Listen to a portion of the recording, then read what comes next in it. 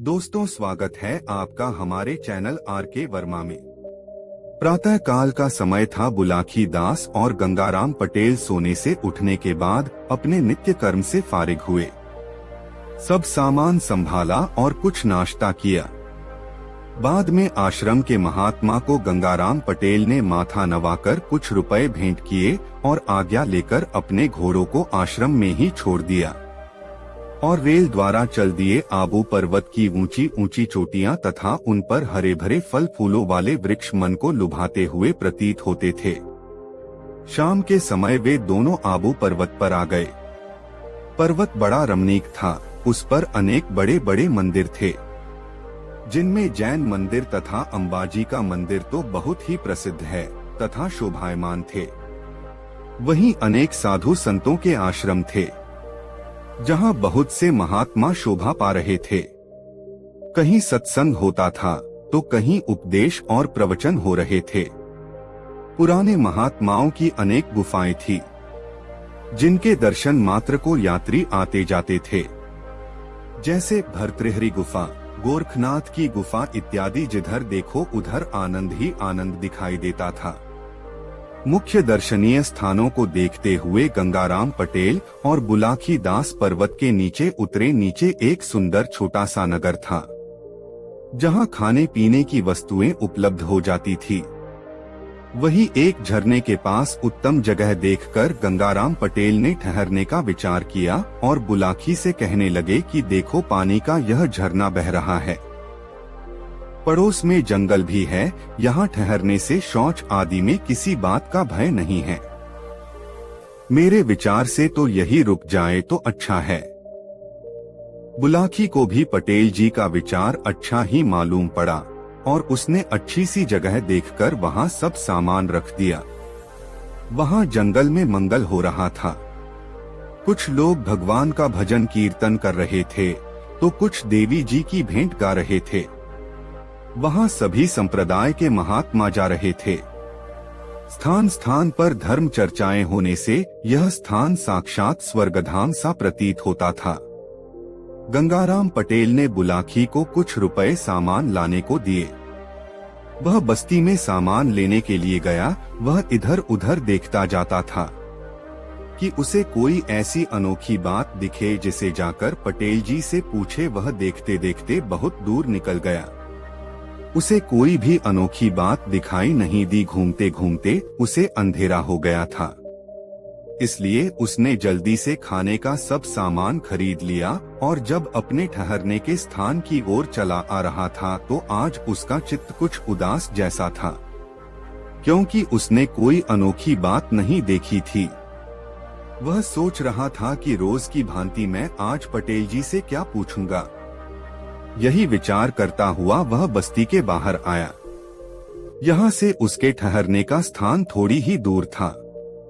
अंधेरे में जब अपने दाहिनी ओर नजर डाली तो उसे एक बहुत बड़ा तालाब दिखाई दिया। वह तालाब की ओर देख ही रहा था कि उसे आकाश मार्ग में कुछ प्रकाश होता हुआ दिखाई दिया, जो धीरे धीरे उसी की ओर आ रहा था।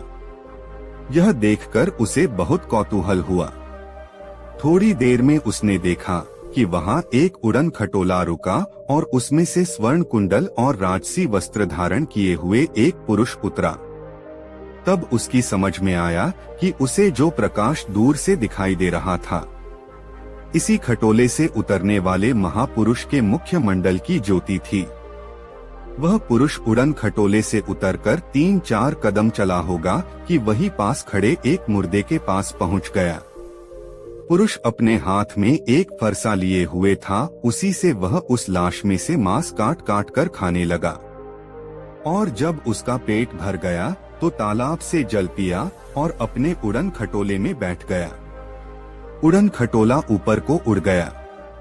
इस तरह वह तेजस्वी पुरुष जिधर से आया था उधर को ही चला गया। इसके बाद जो कटी कटी लाश वहाँ पड़ी थी वह भी गायब हो गई। यह सब कुछ देखकर बुलाकी दास के आश्चर्य की सीमा न रही। वह विचार करने लगा कि उड़न खटोले से उतरने वाला आदमी देखने से तो कोई देवता, विद्याधर या गंधर्व ही मालूम पड़ता था और इतना तेजवान था कि उसके मुख्य मंडल का उजाला सब दिशाओं को प्रकाशित कर रहा था। वह शव से मांस काट कर खा रहा था। यही बुलाकी नाई के आश्चर्य का कारण था कि ऐसा तेजवान पुरुष शव का मांस क्यों खा रहा था। फिर उस आदमी के जाने के बाद वह मृत व्यक्ति भी गायब हो गया। अपने मन में नए नए विचार बनाता हुआ बुलाकी गंगाराम के पास गया और उनके सामने सामान रख दिया और कहने लगा कि आज मैं एक ऐसी अद्भुत बात देखकर आया हूँ जिसका जवाब आप कभी नहीं दे सकते हैं। इस कारण मेरी राम राम लो, मैं अपने घर जा रहा हूँ। इतनी सुनकर पटेल कहने लगे, तुम्हें मालूम है कि तुमने अब तक जितनी भी अजीब बातें देखी हैं उनका जवाब मैंने दिया है। आज भी तुम्हारी बात का जवाब दूंगा, लेकिन पहले खाना बना खा लो, बाद में पूछना। गंगाराम की बात सुनकर बुलाकी पास के झरने से पानी भरकर लाया और बर्तन साफ किए, चूल्हा चेताया, साग बनाकर चढ़ाया और आटा गूंथा। जब साग बन गया तो पटेल जी पराठे बनाने लगे। जब वह भोजन बनकर तैयार हो गया तो दोनों ने आनंद पूर्वक भोग लगाया। फिर बुलाकी ने पटेल जी का बिस्तर लगाया और हुक्का भरकर उनके सामने रखा। जितनी देर में पटेल जी ने हुक्का पिया, बुलाकी ने सब बर्तन साफ किए और अब अपना सामान संभाल कर रखा। फिर बुलाकी धीरे धीरे पटेल जी के पैर दबाने लगा। पांव दबाते दबाते जब पटेल जी को नींद आने लगी तो वह बोला, पहले मेरी बात का जवाब दो, बाद में सोना। इतनी बात सुनकर गंगाराम पटेल बोले, हाँ बताओ, तुम्हारी ऐसी कौन सी अनोखी बात है जिसका जवाब सुनने के लिए तुम इतने बेचैन हो रहे हो। तब बुलाकी ने उड़न खटोले से उस महापुरुष के उतरने के बाद सारा देखा हुआ हाल बयान कर दिया। बुलाकी की इस प्रकार की बात सुनकर गंगाराम पटेल कहने लगे कि आज वास्तव में तुमने एक विचित्र घटना देखी है, इसे जो सुनेगा आश्चर्य ही करेगा। मैं तुम्हें अब उस तेजस्वी पुरुष के विषय में सब कुछ बताता हूँ, तुम ध्यान लगाकर सुनो। जिस तरह फौज में नक्कारा विशेष महत्व रखता है, उसी प्रकार किस्सा कहानी में हुकारा का महत्व है। जब तक तुम हुकारा देते जाओगे मैं बात कहता चलूंगा और हुकारा बंद होते ही मैं बात करना बंद कर दूंगा। बुलाकी ने हुकारा भरना स्वीकार कर लिया। गंगाराम पटेल वह कहानी आरंभ करते हुए बोले, हे बुलाकी, तुम्हें अब मैं जो कुछ बताता हूँ वह सुनो। एक राजपूत था। बचपन से ही उसकी तंदुरुस्ती बड़ी अच्छी थी। मलाई करने कराने का उसे बड़ा चाव था। व्यायाम करता था और कुश्ती भी लड़ता था। उसने बड़े बड़े पहलवानों की कुश्ती में पछाड़ा था। वह ब्याह लायक हुआ तो राजा ने उसका विवाह करने का विचार किया। जब राजकुमार को यह बात मालूम हुई तो उसने कहा, दोहा ब्याह रचाने का पिता, छोड़े आप विचार। ब्रह्मचर्य पालन करूं, ली मैंने चित्तार। इस पर राजा ने राजकुमार से कहा, दोहा बिन ब्याह के सुत मेरे चले न वंश अगार। ब्याह रचा ओहे कुमार बना रहे परिवार। राजा बोला, हे पुत्र, तुम मेरे इकलौते पुत्र हो। अगर ब्याह नहीं करोगे तो हमारा वंश डूब जाएगा। इस प्रकार राजा ने समझा बुझाकर उसका विवाह कर दिया। थोड़े दिन बाद राजा का स्वर्गवास हो गया और राजकुमार को राजगद्दी मिली। पुत्र होने के बाद उसका मन राजकाज में नहीं लगता था। वह सांसारिक जीवन से मुक्त होकर भगवान का भजन कर मुक्त पद प्राप्त करना चाहता था। उसके बाद उसने अपनी पत्नी और मंत्रियों को राजकाज सौंप दिया। अपने नगर निवासियों तथा पारिवारिक जनों को समझा बुझा और धीरज बंधाकर राज्य छोड़कर चला गया। उसने इधर उधर तीर्थों के दर्शन किए और पवित्र सरिता सरोवरों में स्नान किया। एक अच्छे महात्मा को गुरु बनाकर उनसे दीक्षा ली। वह संत समाज में विचरण करने लगा। वह एक बड़ा सदाचारी व्यक्ति था। उसकी आत्मा पवित्र थी। उसने कभी किसी पर स्त्री को बुरी नजर से भी नहीं देखा था। जब वह इस प्रकार देश के सभी तीर्थ कर चुका और उसकी विचरण करने की इच्छा समाप्त हो गई, तो वह एक पर्वत पर आया और सुंदर तालाब एकांत में देखा तो वहां रहकर उसने तपस्या करने का विचार किया। जब उसे भूख लगती थी तो फल फूल लाकर खा लेता था और सरोवर से पानी पी लेता था। भगवान के भजन में तल्लीन रहने से उसके मुख पर तेज चमकने लगा था। उसने कभी किसी प्राणी को कष्ट नहीं पहुंचाया, किंतु इतना सब कुछ करने पर भी उसने कभी साधु महात्मा दीन अथवा अतिथि को खाने के लिए नहीं पूछा। खुद अपनी भूख का ध्यान रखा और परलोक सुधारने के उपाय में लगा रहता। कोई साधु संत अगर उसके आश्रम पर आज ही जाता था तो वह उससे खाने को नहीं पूछता था और एकांत में बैठकर अकेला अपना पेट भर लेता था। दीर्घकाल तक जीवित रहने के पश्चात उसकी आयु जब पूरी हुई तो धर्मराज के दूत उसे अपने दिव्य रथ में बैठकर दिव्य लोक में ले गए। अपने कर्मों के फल से उसे उत्तम लोक की प्राप्ति हुई। सुंदर स्त्री तथा वाहन वैभव सब उसको वहां प्राप्त था, परंतु वहां उसे खाने को कुछ भी नहीं मिला करता। कुछ समय तो उसने भूखे रहकर बिताया। एक दिन ब्रह्मा जी से जाकर उसने निवेदन किया कि मुझे उत्तम लोक, धन, वाहन, वैभव तथा स्त्री आज सर्व सुख तो प्राप्त हैं, परंतु मेरे खाने के लिए कुछ भी नहीं है, इसका क्या कारण है? उसकी यह बात सुनकर ब्रह्मा जी समझाकर कहने लगे कि तुमने अपने अच्छे कर्मों के पुण्य से यह उत्तम लोक तो प्राप्त कर लिया, परंतु कभी भी किसी ब्राह्मण, साधु संत तथा भूखे को भोजन नहीं कराया। सदा अपना पेट पालने में लगे रहे हो, इसी कारण तुम्हें यहाँ भोजन नहीं मिल पा रहा है। भोजन उन्हीं को प्राप्त होता है जो भोजन का भी दान करते हैं। ब्रह्मा जी की ऐसी बात सुनकर वह कहने लगा कि आप मुझे ऐसा उपाय बताएं जिससे मैं भूख से ना मरूं। तब ब्रह्मा जी कहने लगे कि तुम जिस सरोवर पर रहते थे, जहां तुमने तप किया था, तुम वही रात में जाया करो और वहां तुम्हारी अपनी लाश ही तुम्हें रखी मिला करेगी। तुम उसी में से मांस काटकर खाओ और तालाब का पानी पीकर अपनी भूख प्यास मिटाओ। हे बुलाखी नाई, यह वही पुरुष तुमने आज मुर्दे का मांस खाते हुए देखा है, जिसका हाल मैंने सुनाया है। देखो रात अधिक हो गई है, अब सो जाओ, सवेरे जल्दी उठकर आगे चलेंगे। जब बुलाकी नाई ने गंगाराम पटेल के साथ द्वारिका, सुदामापुरी, सोमनाथ, मालिका तीर्थ तथा सत्ताधार आदि के दर्शन कर लिए और लौटने का विचार किया तो गंगाराम पटेल कहने लगे, दोहा होता है ना हर जगह आना बारंबार, आए हैं तो देख लें चल कर के गिरनार।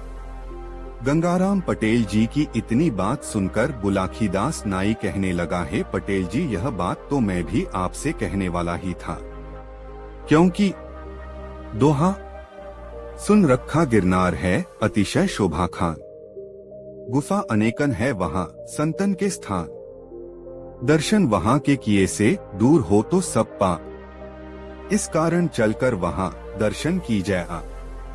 आपस में ऐसी सलाह मिलाकर बुलाखी नाई ने सब सामान तैयार किया और अपना प्रस्थान गिरनार को किया। चलते चलते वह नरसी जी की पावन जन्मभूमि जूनागढ़ में पहुंच गए।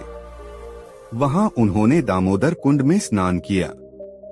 नरसी जी का जन्म स्थान, पुराना किला, गिरनार पहाड़ पर भतृहरि गुफा, राम मंदिर, जैन मंदिर, गोमुख अंबाजी का मंदिर, गोरखधूना, दत्तात्रेय जी की चरण पादुका, कमंडल कुंड, मुचुकुंद गुफा इत्यादि देखकर वह जूनागढ़ लौट आए और एक बगीची पर अपना आसन लगा दिया। गंगाराम पटेल ने बुलाखी को सामान लाने के लिए रुपए दिए। बुलाखी बाजार को गया और वहां से अपना सामान खरीदकर बगीची की ओर आ ही रहा था तो शहर के बाहर उसने एक स्वच्छ तालाब पानी से भरा हुआ देखा। उसमें शोभायमान कमल के फूल खिले हुए थे। तालाब की ओर से संगीत की मनोहर ध्वनि तो आ रही थी, परंतु वहां गाने बजाने वाला कोई भी दिखाई नहीं दे रहा था। बुलाकी को बड़ा आश्चर्य हुआ और वह सामान लेकर सीधा बगीची पर आया और अनमना सा बैठ गया। बोला, मुझे घर जाना होगा। बुलाकी नाई की बात सुनकर गंगाराम पटेल ने कहा कि अरे अब तो हम अपने घर को ही लौटेंगे। पहले भोजन बनाओ, खाओ, फिर रोज की भांति आज भी सोते समय तुम्हारी समस्या का निदान कर तुम्हें संतुष्ट कर लूंगा। तब बुलाकी नाई पानी भरकर लाया, बर्तन साफ किए, फिर चूल्हा जलाकर खाना बनाया और खाया। बुलाकी ने पटेल जी का बिस्तर लगाकर हुक्का भर के रख दिया। सब सामान ठीक प्रकार से रखकर बुलाकी पटेल जी के पांव दबाने लगा। तब पटेल जी ने मुस्कुराते हुए कहा, भाई बुलाकी, आज तुम जो अनोखी बात देखकर आए हो वह मुझे बताओ।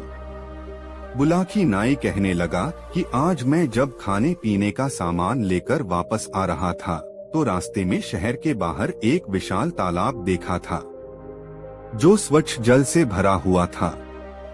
उसमें सुंदर सुहाने कमल खिल रहे थे। कुछ लोग नौका विहार कर रहे थे।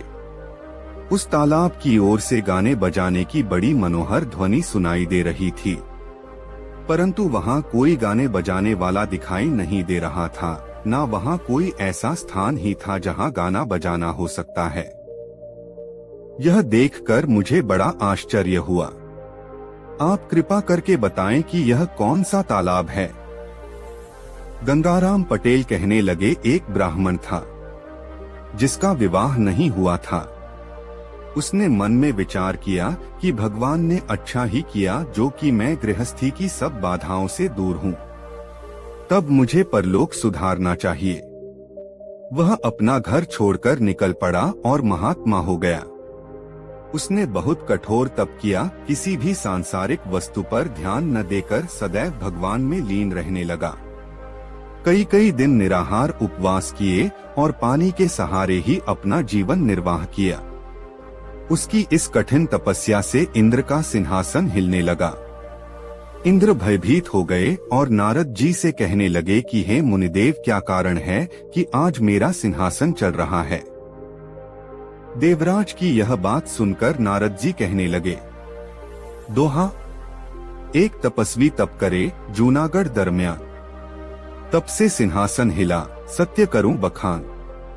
पूरन तप वह जो करे लीजे आप विचार, इंद्रासन पर आके कर ले वह अधिकार।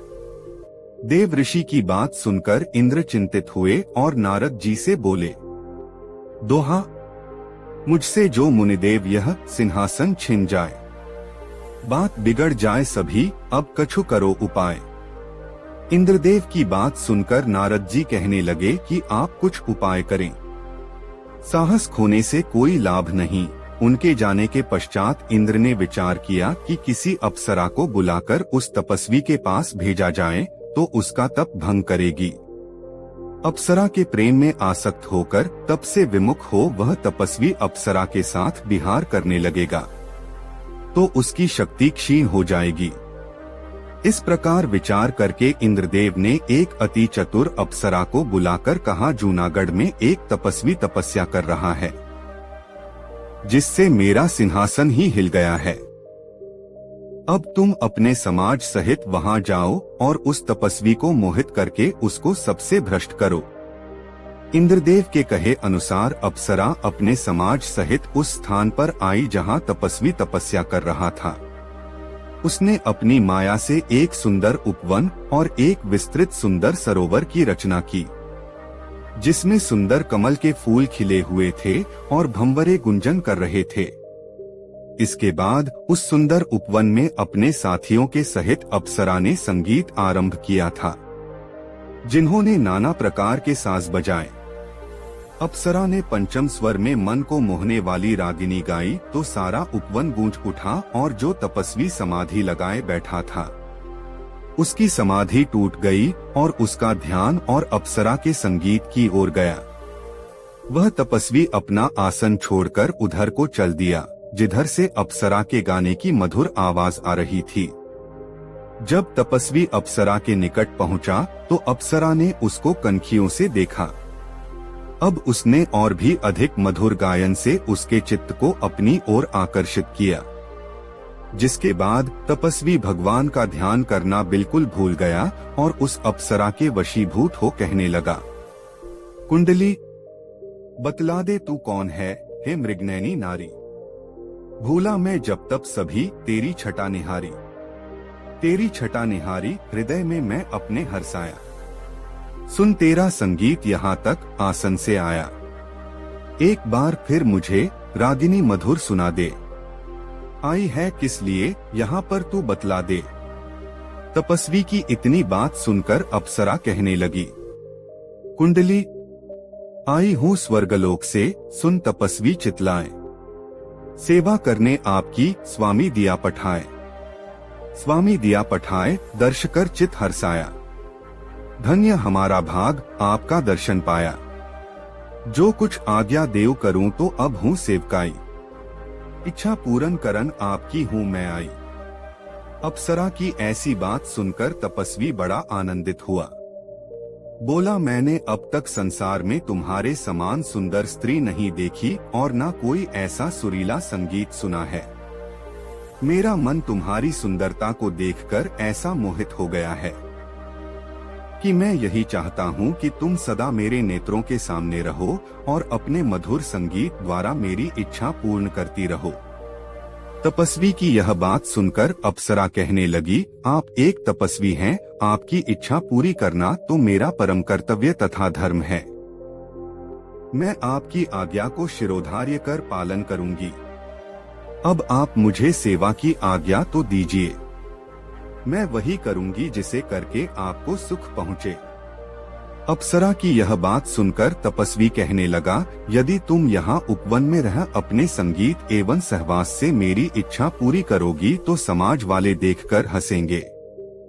आथ किसी अदृश्य स्थान में तुम मेरी कुछ समय तक इच्छा पूरी कर सको तो मैं अपने को अत्यंत भाग्यशाली समझूंगा। अप्सरा ने यह बात सुनी तो समझ गई कि अब तो तपस्वी मेरे वश में है, इससे अपने बिगाड़ का कुछ भय नहीं और अब मैं आसानी से इंद्रदेव का कार्य पूरा कर सकूंगी। वह कहने लगी, मैं कोई साधारण स्त्री नहीं हूँ, स्वर्गलोक की रहने वाली हूँ। अब तक मैं किसी पुरुष पर मोहित नहीं हुई हूँ और न किसी के साथ विहार ही किया है। यदि आप सदैव मेरे साथ विहार करने का प्रण करें तो मैं आपकी इच्छा पूरी कर सकती हूँ, नहीं तो अपने स्थान को चली जाऊंगी। अप्सरा की इतनी बात सुनकर तपस्वी बोला कि मेरी भी यही इच्छा है जो तुम्हारी है। मेरा भी विवाह नहीं हुआ और न मैंने अब तक किसी स्त्री पर दृष्टि डाली है। मेरी इच्छा है कि मेरा तुमसे आजीवन विहार होता रहे तो अच्छा है। इतनी सुनकर अप्सरा कहने लगी कि ऐसा सुख तो आप जैसे बड़े तपस्वी जनों को ही प्राप्त हो सकता है, सबको नहीं। अब मैं आप जैसी इच्छा कर रहे हैं वैसा ही सदैव करूंगी। अपने मन में विचार कर अप्सरा ने इंद्रदेव के कार्य को सिद्ध करने का उचित उपाय किया।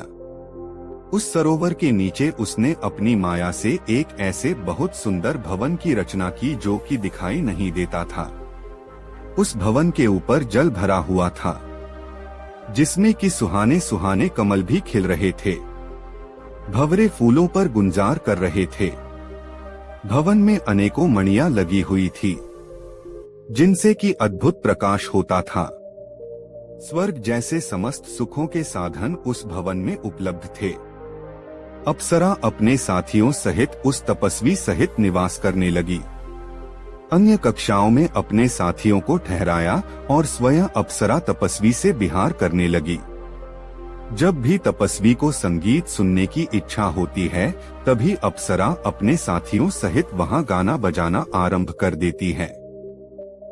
हे बुलाखीदास, इस तालाब में जल के नीचे उसी अप्सरा द्वारा बनाए हुए माया का भवन है, जो किसी को दिखाई नहीं देता और वहां अप्सरा उस तपस्वी सहित विहार करती है। उस अप्सरा के साथी भी दूसरे कमरे में रहते हैं। तुमने जो गाने बजाने की आवाज सुनी है वह उसी अप्सरा और उसके साथियों की है। अब तुम्हारी बात का जवाब मिल गया, रात भी अधिक हो गई है, आठ अब सो जाओ क्योंकि सवेरे जल्दी उठना है। प्रातःकाल गंगाराम और बुलाकी ने सुबह उठकर अपना शौचादि नित्य कर्म किया और नित्य की भांति नाश्ता कर अपना सब सामान संभाला और मारवाड़ से उन्होंने मेवाड़ की ओर प्रस्थान किया। मेवाड़ राज्य राजधानी राज्यों में अति प्रसिद्ध राज्य है। यहाँ एक समय राणा वंश का राज्य था। इस क्षेत्र में पर्वत अधिक है। यहाँ रास्ता कंकरीला तथा पथरीला है। यहाँ सबसे प्रसिद्ध नगर चित्तौड़ है, जो कि कभी राज्य की राजधानी था। गंगाराम और बुलाकी सायंकाल चलते चलते चित्तौड़ नगर में आए। उन्होंने देखा कि चित्तौड़ नगर गंभीरी नदी के तट पर बसा हुआ है। चित्तौड़ का किला भारत के सभी किलों में बड़ा है, जो कई मील में बना हुआ है। किले के 7 दरवाजे हैं। पांडव पोल, भैरव पोल, हनुमान पोल, गणेश पोल, नारेला, लक्ष्मण द्वार तथा राम द्वार है। 7वां दरवाजा ही राम द्वार है। यहीं से किले के अंदर प्रवेश करते हैं। किले के भीतर पद्मिनी का महल, रतन सिंह का महल, फतेह सिंह का महल, शिव मंदिर, काली मंदिर, मीराबाई का मंदिर, जैन मंदिर, विजय स्तंभ तथा 4 भुजा आदि के प्रसिद्ध मंदिर तथा कुछ बावड़ी और कुंड आदि है। सब स्थानों को देखने के बाद वह दोनों गंभीरी नदी के तट पर एक बड़े वृक्ष के नीचे ठहरे। यहाँ और बहुत से यात्री भी ठहरे हुए थे। गंगाराम ने बुलाकी को सामान खरीदने को रुपए दे दिए। वह खाने का सामान लेने के लिए शहर में आया। जब वह सामान खरीदने के लिए जा रहा था तो उसने देखा कि एक भटियारा, एक फौजी जवान तथा एक वेश्या एक आदमी को पकड़े हुए राजदरबार की ओर जा रहे हैं। यह तीनों कह रहे थे कि यह आदमी बड़ा ठग है, इसने हम सबको ठगा है। आज मुश्किल से पकड़ा गया है। इसे राजा के यहाँ ले जाकर सजा दिलाएंगे। उनके साथ बहुत भीड़ थी। यह सब देखता हुआ वह सामान खरीदने चला गया और कई दुकानों से जाकर सामान खरीदा। जब सामान खरीदकर वापस आया तो देखा नगर निवासियों के साथ वह ठग आजादी से घूमता आ रहा था। लोगों से पूछने पर पता चला कि इसने भी राजा के सामने सब अपराध स्वीकार कर लिया था। फिर भी इसे निर्दोष कहकर छोड़ दिया गया। यह सुनकर उसे बड़ा आश्चर्य हुआ कि अपराध स्वीकार कर लेने के बाद राजा ने उसे बिना दंड दिए क्यों छोड़ दिया। यह विचार करता हुआ वह गंगाराम पटेल के पास आया, सामान सामने रखकर बोला कि मेरी राम राम लो, मैं घर चला। पटेल जी बोले, तुमने जरूर कोई चरित्र देखा है। पहले खाना तो बनाओ, फिर मैं तुम्हारी बात का जवाब दूंगा। पटेल की यह बात सुनकर बुलाकी जल आया। बर्तन साफ किए, उसके बाद उन्होंने मिलजुल कर खाना बनाकर खाया। फिर बुलाकी ने पटेल जी का बिस्तर लगा दिया। हुक्का ताजी करके उनके सामने रखा। जब तक पटेल जी हुक्का पीकर आराम करने लगे, तब तक बुलाकी ने बर्तन साफ कर सब सामान संभाल कर रखा। फिर वह पटेल जी के पैर दबाने लगा और पटेल जी से बोला, आपने मेरी बात का उत्तर देने को कहा था, तो अब उत्तर दीजिए। जब पटेल जी ने कहा कि पहले अपनी आज की देखी हुई अजूबी बात तो सुनाओ। बुलाकी की सारी बात सुनकर गंगाराम पटेल बोले कि मैं बात कहूँ तो तुम हुकारा देते रहना। पटेल जी बोले, सुनो, एक जाट बहुत गरीब हो गया था। उसके पास जब कुछ नहीं रहा तो वह अपनी टूटी हंडिया और थोड़े से चावल बांधकर अपने घर से चल दिया। चलते चलते एक सराय में जाकर ठहरा और भटियारी से कहा कि हमारे यह चावल हमारी हंडिया में ही बनाना, मैं जब तक घूम कर आ रहा हूँ। भटियारी ने उस छोटी सी हंडिया में चावल पकने रख दिए। वह आदमी कहीं बाहर नहीं गया, उसी के घर में छिपकर बैठ गया और भटियारी को छुपे छुपे देखता रहा। जब चावल पक गए तो भटियारी का लड़का बोला, थोड़े चावल मुझे दे दो। भटियारी ने 2 चम्मच चावल उसे खाने को दे दिए।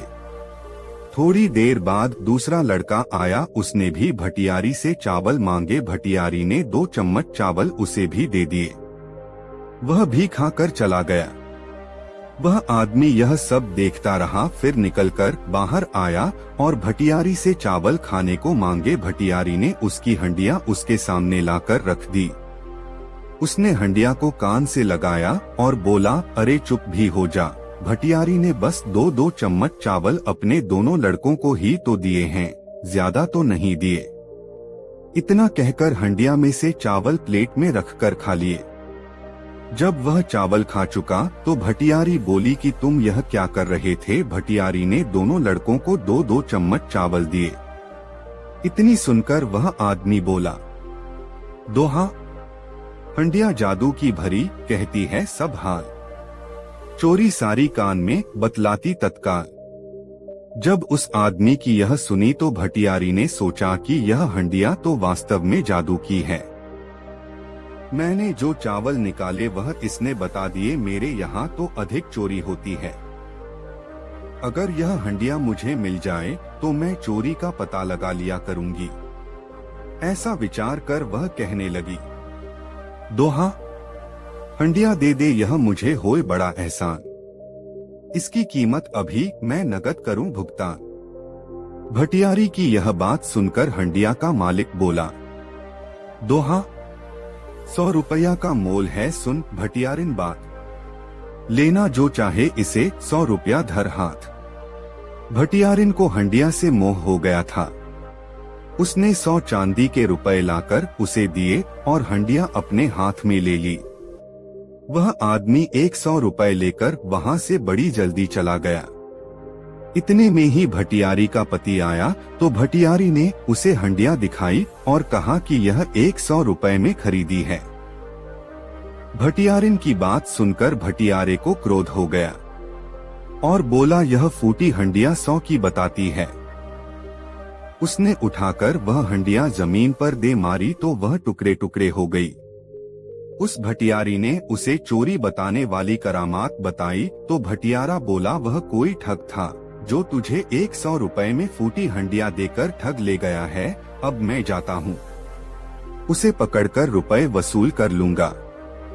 यह कहकर भटियारा लाठी ले लोगों के बताए हुए रास्ते पर उस ठग की तलाश में जंगल की ओर चल दिया। ठग 100 रुपए लेकर जंगल के रास्ते जा रहा था कि एक रीछ ने उसे देखा और रीछ उसके पीछे दौड़ा।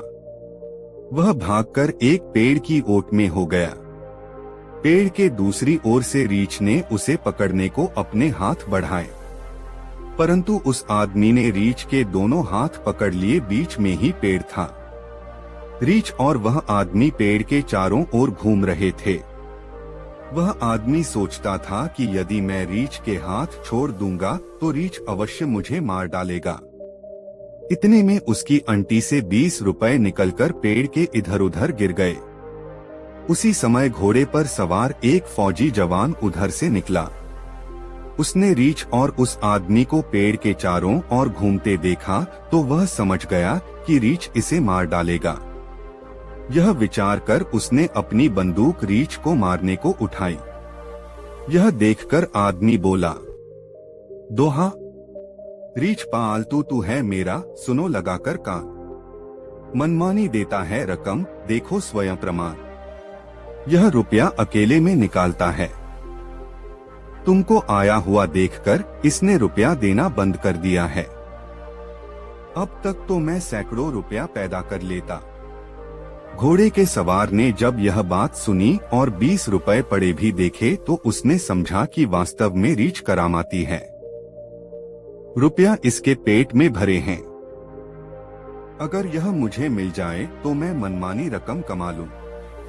यह विचार कर कहने लगा, दोहा, मुझको दे दे रीछ, यह मैं बतलाऊं तोए। रुपए की है इस समय बहुत जरूरत मोय। उस आदमी ने जब घुड़सवार की यह बात सुनी तो कहने लगा कि यदि तुम रीछ चाहते हो तो 400 रुपए और अपना घोड़ा मुझे दे दो। मैं तुम्हें रीछ के हाथ पकड़ा दूंगा। मेरे चले जाने के बाद जितना रुपया चाहो तो रीछ से निकलवा लेना। हाँ, जो यह 20 रुपए जमीन पर पड़े हैं इन्हें भी मैं ले जाऊंगा। सवार के पास 300 रुपए थे। कहने लगा कि मेरे पास सिर्फ 300 रुपए हैं, तुम मुझे रीछ दे दो। उसने घुड़सवार की बात मान ली। फौजी ने घोड़े से उतरकर 300 रुपए जमीन पर रख दिए और उसने रीछ के हाथ कसकर पकड़ लिए। उस आदमी ने रीछ को छोड़ने के बाद 300 रुपए और 20 रुपए जो जमीन पर पड़े थे उठाए और घोड़े पर चढ़कर भाग गया। अब फौजी जवान रीछ के हाथ पकड़े पेड़ के चारों ओर घूम रहा था। जब रीछ से 1 रुपया भी ना निकला तो वह अपनी भूल पर पछताया। अगर रीछ को छोड़ता है तो रीछ उसे मार डालेगा। इस कारण वह उसके हाथ पकड़े पेड़ के चारों ओर घूमता रहा। इतने में वह भटियारा बोला, वह आदमी जो तुम्हारा घोड़ा और रुपया ले गया बड़ा ठग है। हमारे यहाँ 100 रुपए में फूटी हंडिया दे आया है। तुम यह तो सोचो कि रीछ के पेट में रुपया कहाँ से आए। यह कहकर उसने अपनी लाठी से रीछ को मार डाला और फौजी के प्राण बचाए। अब वह भटियारा तथा फौजी दोनों उसको पकड़ने के लिए घोड़े के पांव के निशान देखते हुए चल दिए। उधर वह ठग घोड़े पर सवार होकर दूसरे शहर में शाम के समय एक तवायफ के यहाँ सराय में जा ठहरा। उसने घोड़े को 2 सेर दाना खिलाया और तवायफ से कहा, तुम सुबह मेरे घोड़े की लीद मत फिंकवाना। उसने 4 बजे रात को उठकर घोड़े की लीद में 200 रुपए मिला दिए और सवेरे उठकर तवायफ के सामने पानी मांगकर लीद को धोना शुरू किया। उसमें से 200 रुपए जो उसने मिलाए थे सो निकाल लिए और बोला, यह मेरा घोड़ा करामाती है। देखो तुम्हारे सामने मैंने इसे 2 सेर दाना खिलाया था। इसने लीद में से 200 रुपए दिए। इसे जितने सेर दाना खिलाता हूँ उतने ही सैकड़ा रुपया लीद के साथ निकालता है। यह सुनकर तवायफ को लालच आ गया और कहने लगी, यह घोड़ा मुझे दे दो और जो कुछ चाहो तो ले लो। तवायफ के बहुत विनय करने पर 1000 रुपए लेकर उसने वह घोड़ा दे दिया और चला गया। तवायफ ने सोचा कि 1000 रुपए एक ही दिन में वसूल कर लूं। इसलिए उसने घोड़े को 10 सेर दाना खिला दिया, जिसे खाकर घोड़े का पेट फूल गया और वह मर गया। वह मरा हुआ घोड़ा सराय के दरवाजे पर पड़ा हुआ था। उधर से भटियारा और फौजी निकले। फौजी ने अपना घोड़ा पहचाना और भटियारे से बोला, मेरा घोड़ा तो यहाँ मरा पड़ा है, ठग भी यहीं कहीं होगा। जब उन्होंने तवायफ से पता लगाया तो उसने कहा कि एक आदमी इसे करामाती घोड़ा बताकर 1000 रुपए में बेच गया है। फौजी बोला, घोड़ा मेरा है, इसमें कोई करामात नहीं थी। तुम्हारी भांति ही उस ठग ने हम दोनों को भी ठगा है। चलो अब हम दोनों मिलकर उसे तलाश करेंगे और पकड़कर अपना रुपया वसूल करेंगे। अब वह तवायफ भी उनके साथ में हो गई। अब भटियारे, फौजी और तवायफ तीनों ही उसको ढूंढने के लिए चल दिए और उसी शहर में घूमते हुए उसको पकड़ भी लिया। और जब वह नहीं माना तो वे अपना न्याय कराने के लिए उसे राज दरबार में ले गए। सबसे पहले राजा के सामने भटियारे ने अपना दावा रखा। वह बोला कि यह आदमी ठग है। मेरी पत्नी को फूटी हंडिया 100 रुपए में देकर ठग लाया है, जिसने उसे यह लालच दिया था कि हंडिया मेरी करामाती है और चोरी बताती है। राजा ने उससे पूछा कि भटियारा जो कुछ कह रहा है क्या ठीक है? वह आदमी बोला, वास्तव में मेरी हड्डियां करामाती थी और वह चोरी बताती थी। आप उस हंडिया को मंगाकर जांच कर लीजिए। राजा ने भटियारे से कहा कि वह हंडिया लाओ। भटियारा बोला, वह तो मैंने फोड़ दी। राजा कहने लगा, जब हंडिया ही नहीं तो मैं न्याय कैसे करूं?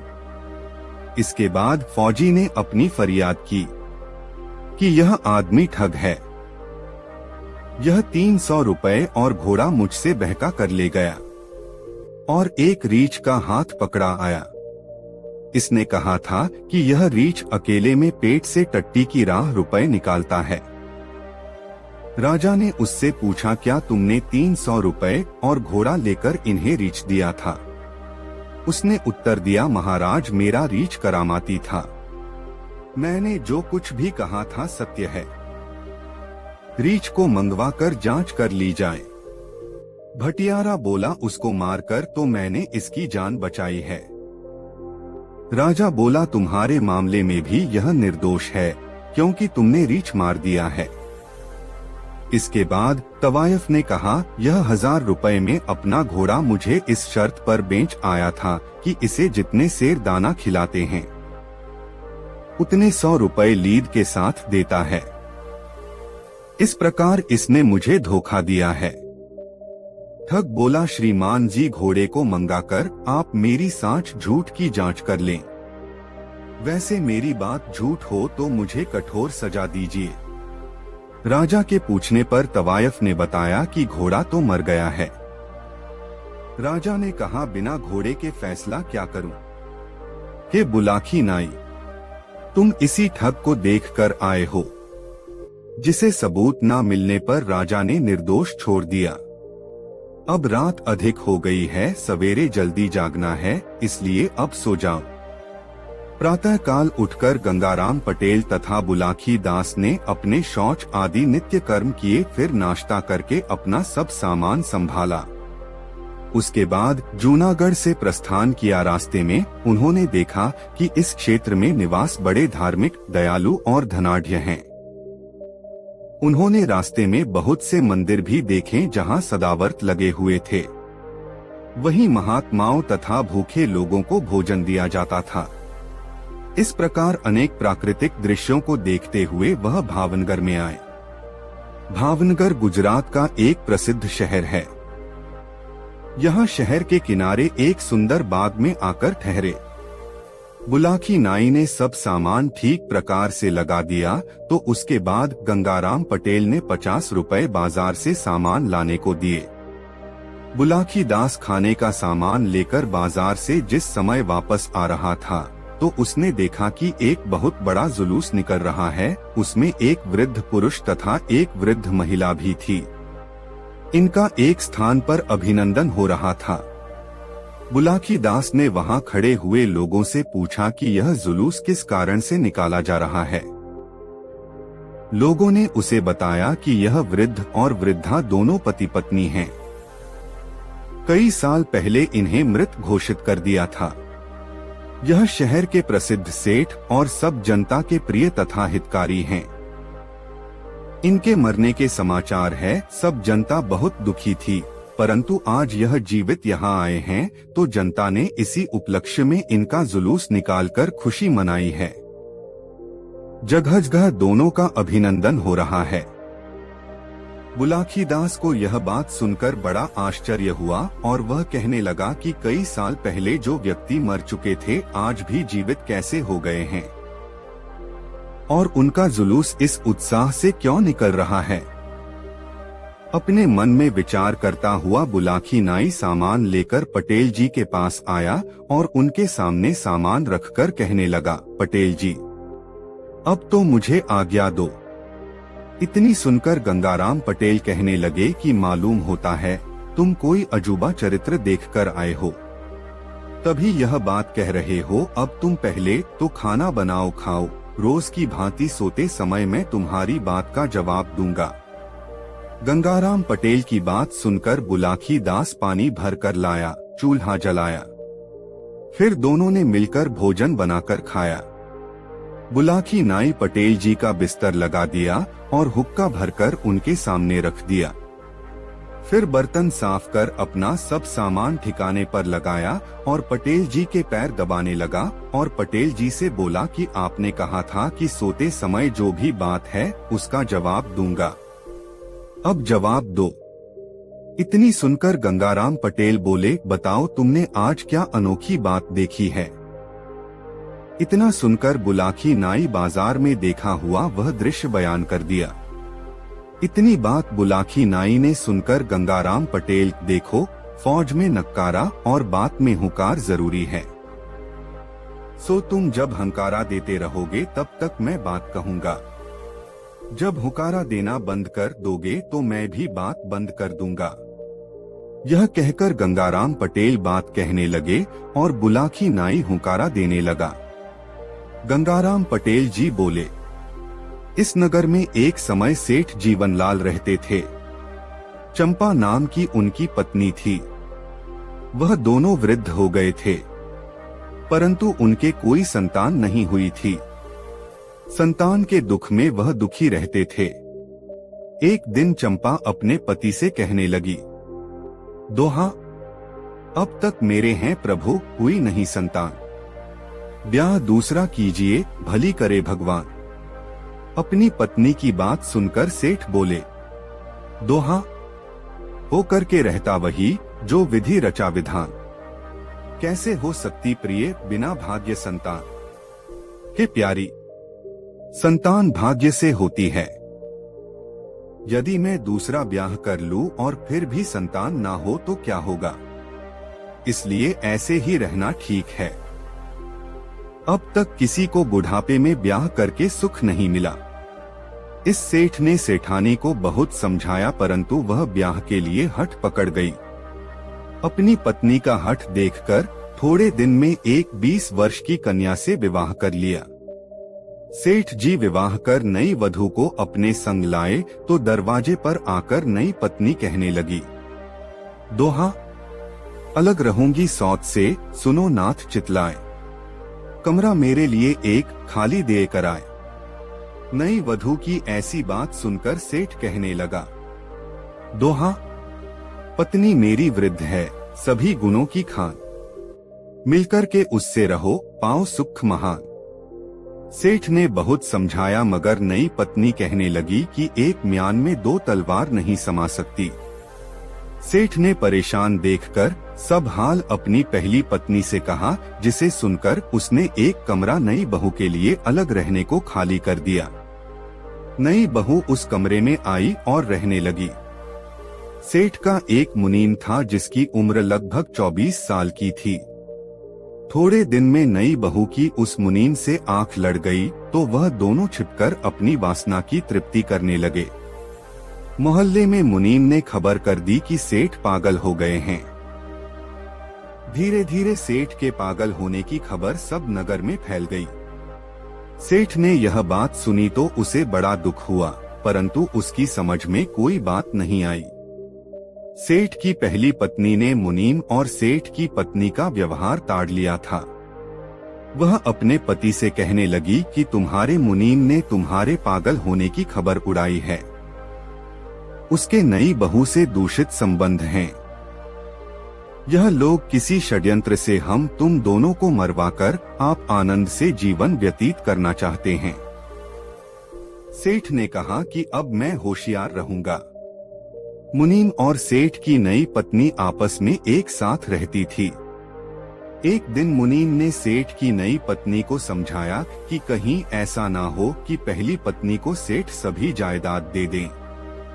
इसलिए उचित है कि सेठ से उसकी संपत्ति को अपने हक में लिखवा लूं।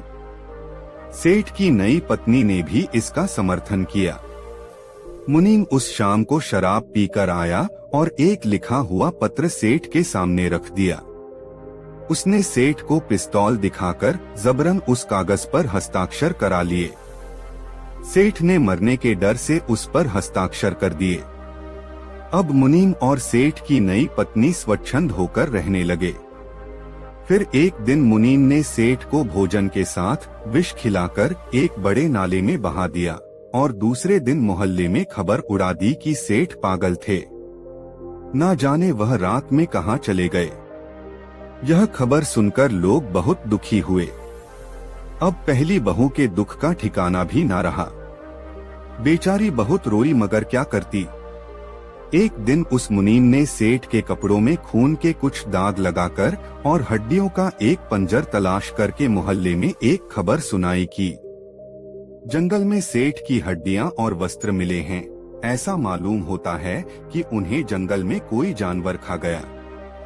मोहल्ले के लोग वहां गए और सेठ के कपड़ों तथा हड्डियों के पंजर को उठा लाए और वैदिक रीति से दाह संस्कार कर दिया। अब सेठ की नई पत्नी और मुनीम पति पत्नी की भांति मकान में निडर होकर रहने लगे। और सेठ की पहली पत्नी को दुख पहुंचाने लगे। वह कहने लगी, मैं सेठ की पत्नी हूँ, उसकी संपत्ति मालिक हूँ। मुझे सेठ के मरने की बात में भी बहुत लोगों का षड्यंत्र दिखता है। मैं यह सब पुलिस को बताऊंगी। यह सुनकर मुनीम और सेठ की नई पत्नी ने विचार किया कि अभी मामला ताजा है, इसलिए थोड़े दिन तो इसे सुख से रखना चाहिए, जिससे यह सेठ को भूल जाए, फिर इसका भी कुछ इंतजाम कर देंगे। यह विचार कर सेठ की नई पत्नी ने बनावटी प्रेम दिखाकर उसकी खुशामद की और कहा, तुम मुझसे बड़ी हो, मैंने बड़ी भूल की है जो तुम्हें कष्ट दिया है। अब कष्ट नहीं दूंगी, तुम्हें बड़ी बहन बनाकर रखूंगी। जिस नाले में सेठ को जहर खिलाकर फेंका गया था, आगे चलकर उसके किनारे एक महात्मा की कुटिया थी। महात्मा की नजर सेठ की लाश पर पड़ी तो उसने उसे निकलवाया। उसने देखा कि यह मरा नहीं है, बल्कि किसी ने जहर खिला दिया है। महात्मा ने जड़ी बूटियों से उसका इलाज किया तो सेठ का विष उतर गया और उसे होश आ गया। महात्मा ने उसे अच्छी तरह रखा, जिससे कुछ दिनों में वह स्वस्थ हो गया। वह सेठ महात्मा का शिष्य होकर उसी स्थान पर भगवान का भजन करने लगा। अब उसका हृदय समाज से ऐसी घृणा करने लगा कि उसने अपने घर जाने का भी विचार छोड़ दिया। उधर मुनीम आनंदपूर्वक सेठ की नई पत्नी के साथ विहार करता रहा। एक दिन उसने पहली पत्नी को भी विष देकर नौकर से रात में उसी नाले में फेंकवा दिया और महल में खबर कर दी कि सेठ की मृत्यु से दुखी होकर उसकी पत्नी भी ना जाने कहां चली गई है।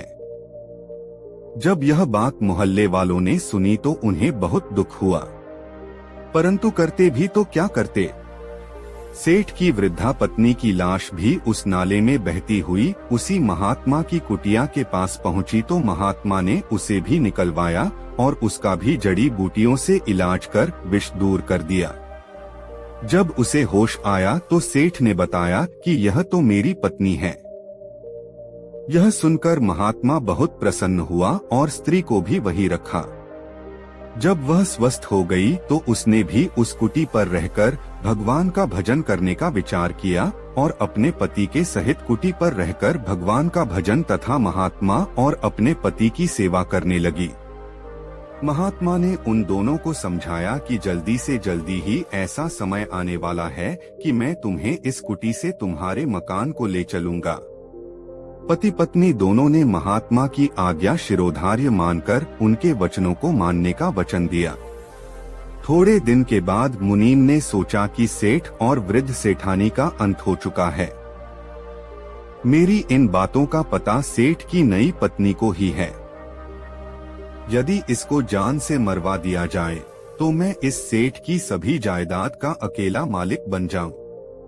उसने जिस नौकर से सेठ सेठानी को जहर दिलवाया था, उसे 5,000 रुपए देने का वादा करके अपनी ओर मिला लिया।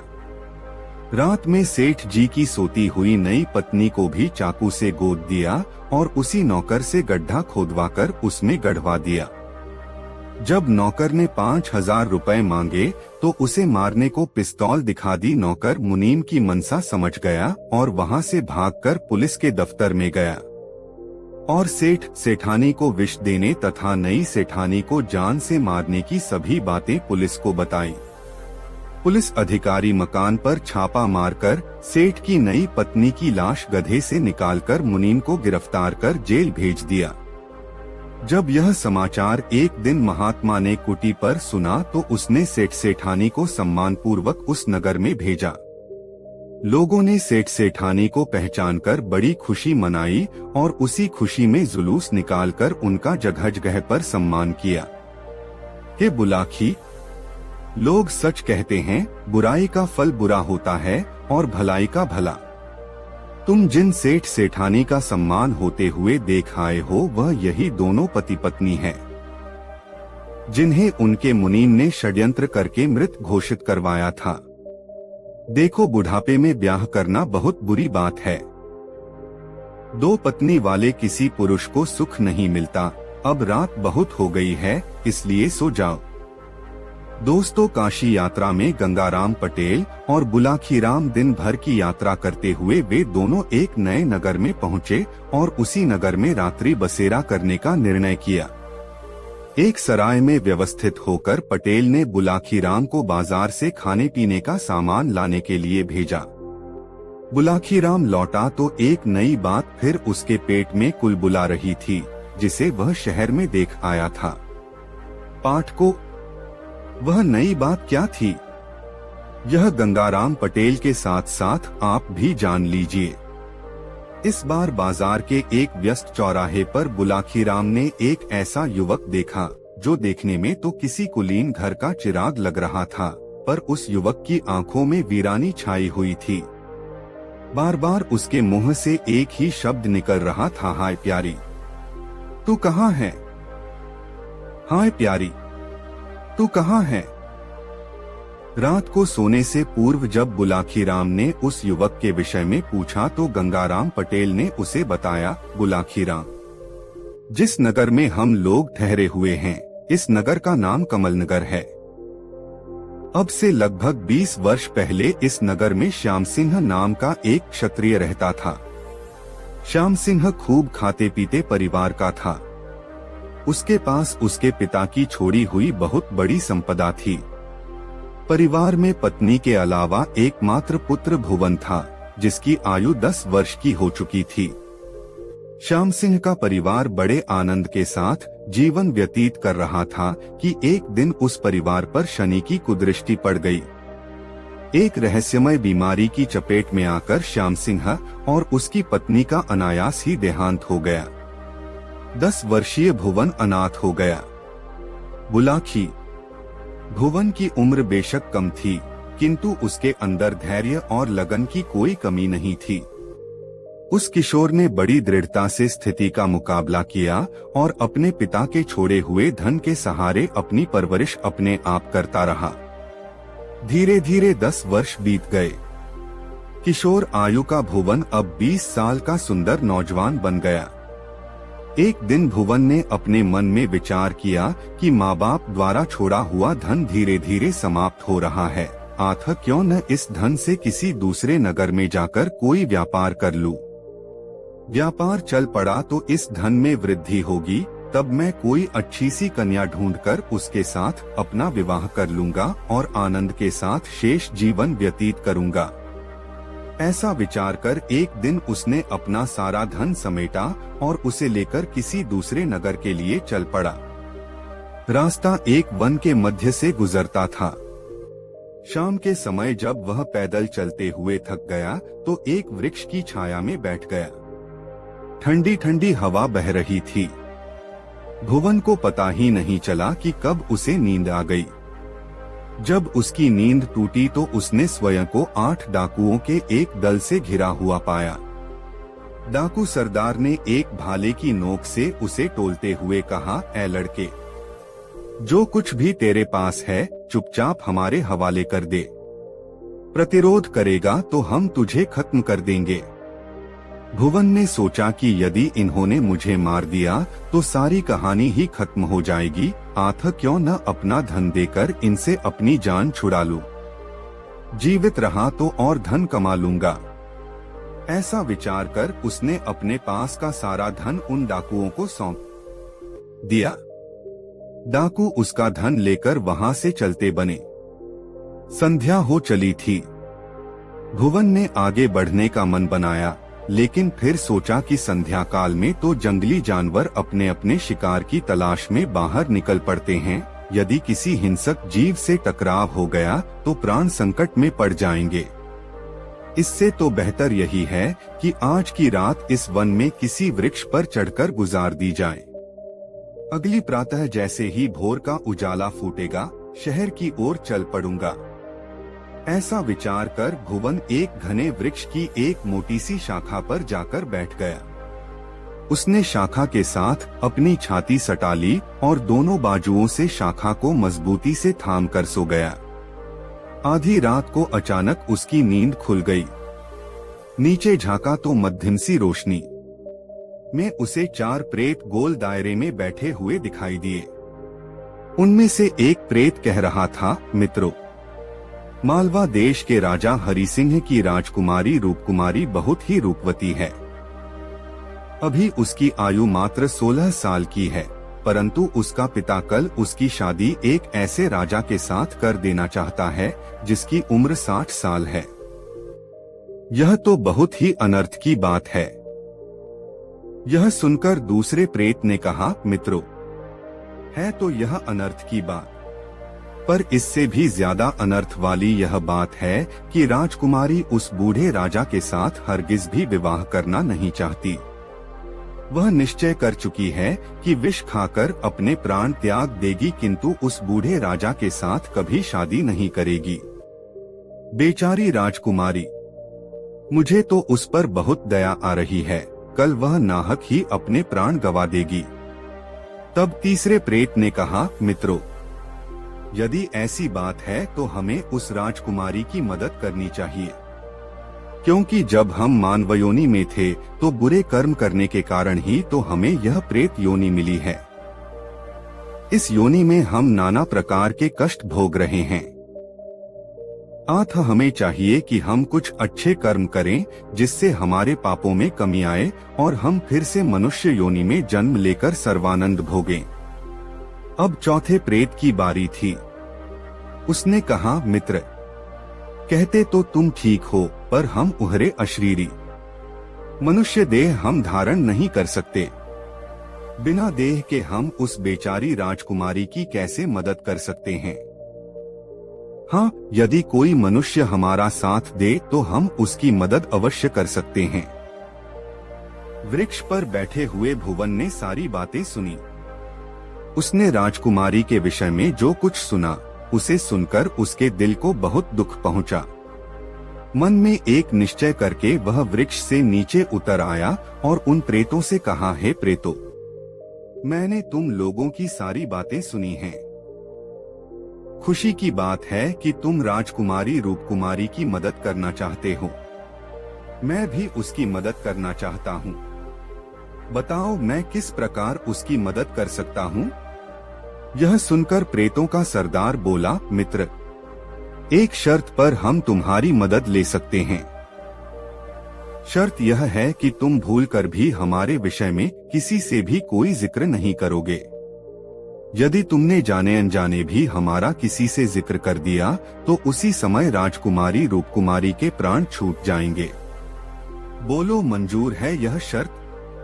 भुवन ने तत्काल उनकी यह शर्त स्वीकार कर ली। तब प्रेतों ने अपनी मायावी विद्या से भुवन के लिए राजकुमारों जैसे वस्त्राभूषण मंगवाए। मायावी विद्या से ही 5 घोड़े पैदा किए जो वायु से भी तेज रफ्तार से आकाश में उड़ सकते थे। भुवन को एक घोड़े पर बैठाया और उसके पीछे पीछे अशरीरी रूप में अपने अपने घोड़ों पर बैठकर मालवा की ओर उड़ चले।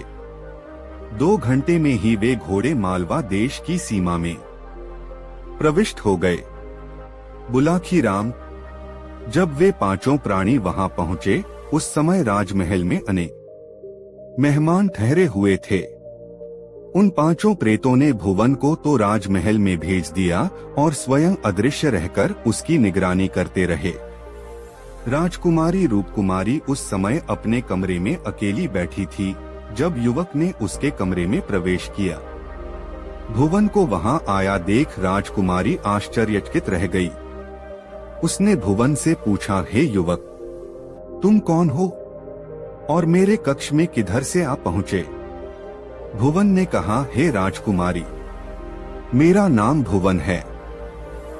मुझे तुम्हारे विषय में सब कुछ मालूम हो चुका है कि तुम अपना विवाह उस बूढ़े राजा के साथ करना नहीं चाहती हो। मैं तुम्हारी सहायता करने के लिए ही यहाँ आया हूँ।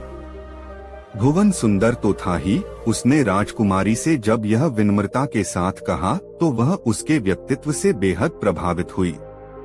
उस समय भुवन का सहारा उसे भगवान का भेजा हुआ सहारा महसूस हुआ। वह तुरंत उसके साथ चलने के लिए तैयार हो गई। भुवन ने तब राजकुमारी को अपने घोड़े पर बिठाया और आकाश मार्ग से चल पड़ा। चारों प्रेत भी अदृश्य रूप में उसके पीछे पीछे चल पड़े। भुवन ने अपना घोड़ा वन में उसी वृक्ष के नीचे उतारा। वहां अदृश्य रूप से उन प्रेतों ने युवक से कहा, हे युवक, अब तुम इस राजकुमारी को अपने नगर में ले जाओ और इसके साथ विधिवत विवाह करके सुखी और संपन्न जीवन व्यतीत करो, पर सावधान, हमारी हिदायतें याद रखना, भूलकर भी कभी किसी से हमारा जिक्र न करना। उत्तर में भुवन ने सिर हिलाकर अपनी सहमति प्रदान कर दी। उधर जब राजमहल में राजकुमारी रूपकुमारी के गायब होने की खबर मिली तो वहां हड़कंप मच गया। चारों तरफ राजकुमारी की खोज होने लगी, किंतु यह सब निष्फल साबित हुआ। राजकुमारी तो उनकी पहुंच से बहुत दूर कमलनगर में पहुंच चुकी थी। उधर नगर के लोगों को जब यह मालूम हुआ कि भुवन ने अपना विवाह कर लिया है तो उसके सभी मित्रों ने आकर उसे बधाई दी।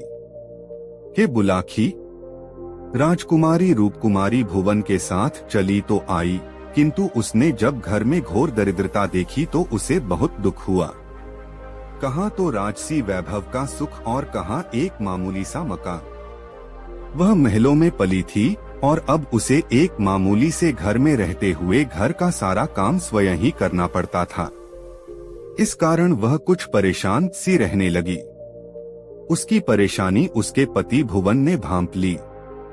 उसने अपने मन में विचार किया कि क्यों न अपने मित्र प्रेतों से इस विषय में सहायता ली जाए। अतः एक रात वह राजकुमारी को सोता छोड़कर अपने प्रेत मित्रों के पास जा पहुंचा। उसने जब अपनी परेशानी उन्हें बताई तो उसके प्रेत मित्र उसकी सहायता करने के लिए तत्पर हो गए। तब उन्होंने अपनी माया से रातों रात भुवन के मकान को एक सुंदर महल का रूप दे दिया। महल के कोठार धन धान्य से भर दिए और उसका एक कक्ष धन से भर दिया। सुबह हुई तो राजकुमारी ने अपने को एक सुंदर से छोटे महल में पाया। इतना शानदार महल और धनधान्य से भरे कोठार देखकर वह आश्चर्य में पड़ गई। तब वह बार बार अपने पति से यह पूछने लगी कि वह इस रहस्य को बताए कि रातों रात यह सब कैसे संभव हो गया। बुलाखी राम, 2 दिन तक भुवन अपनी पत्नी का आग्रह टालता रहा, किंतु जब वह बार बार आग्रह करती ही रही तो विवश होकर भुवन को यह बताना ही पड़ा कि यह सब उसके कुछ प्रेत मित्रों की कृपा से संभव हुआ है। वह नामुराद उस समय यह भूल ही गया कि प्रेतों ने किसी से भी इस रहस्य को न बताने की सख्त हिदायत की हुई है। रहस्य का उजागर होना था कि राजकुमारी ने उसी क्षण दम तोड़ दिया। यह देखकर भुवन को उस रहस्य के उजागर कर देने का बहुत अफसोस होने लगा। वह फूट फूट कर रोने लगा और सिर धुन धुन कर विलाप करने लगा कि हाय प्यारी तू कहाँ है, हाय प्यारी तू कहाँ है। बस तभी से वह विक्षिप्त हो गया है। हे बुलाखी, आज शाम तू जिस शख्स को प्रलाप करते हुए देख आया है वह भुवन ही था। अब बता, तेरी बात का तुझे उत्तर मिल गया ना? मिल गया पटेल जी, बुलाखी बोला। किस्मत के खेल भी निराले होते हैं। बेचारे भुवन की तो किस्मत बनकर भी बिगड़ गई। ईश्वर उसकी आत्मा को शांति दे। यह कहकर बुलाखी ने बिस्तर पर अपने पैर फैला दिए। शीघ्र ही वह नींद के आगोश में समा गया।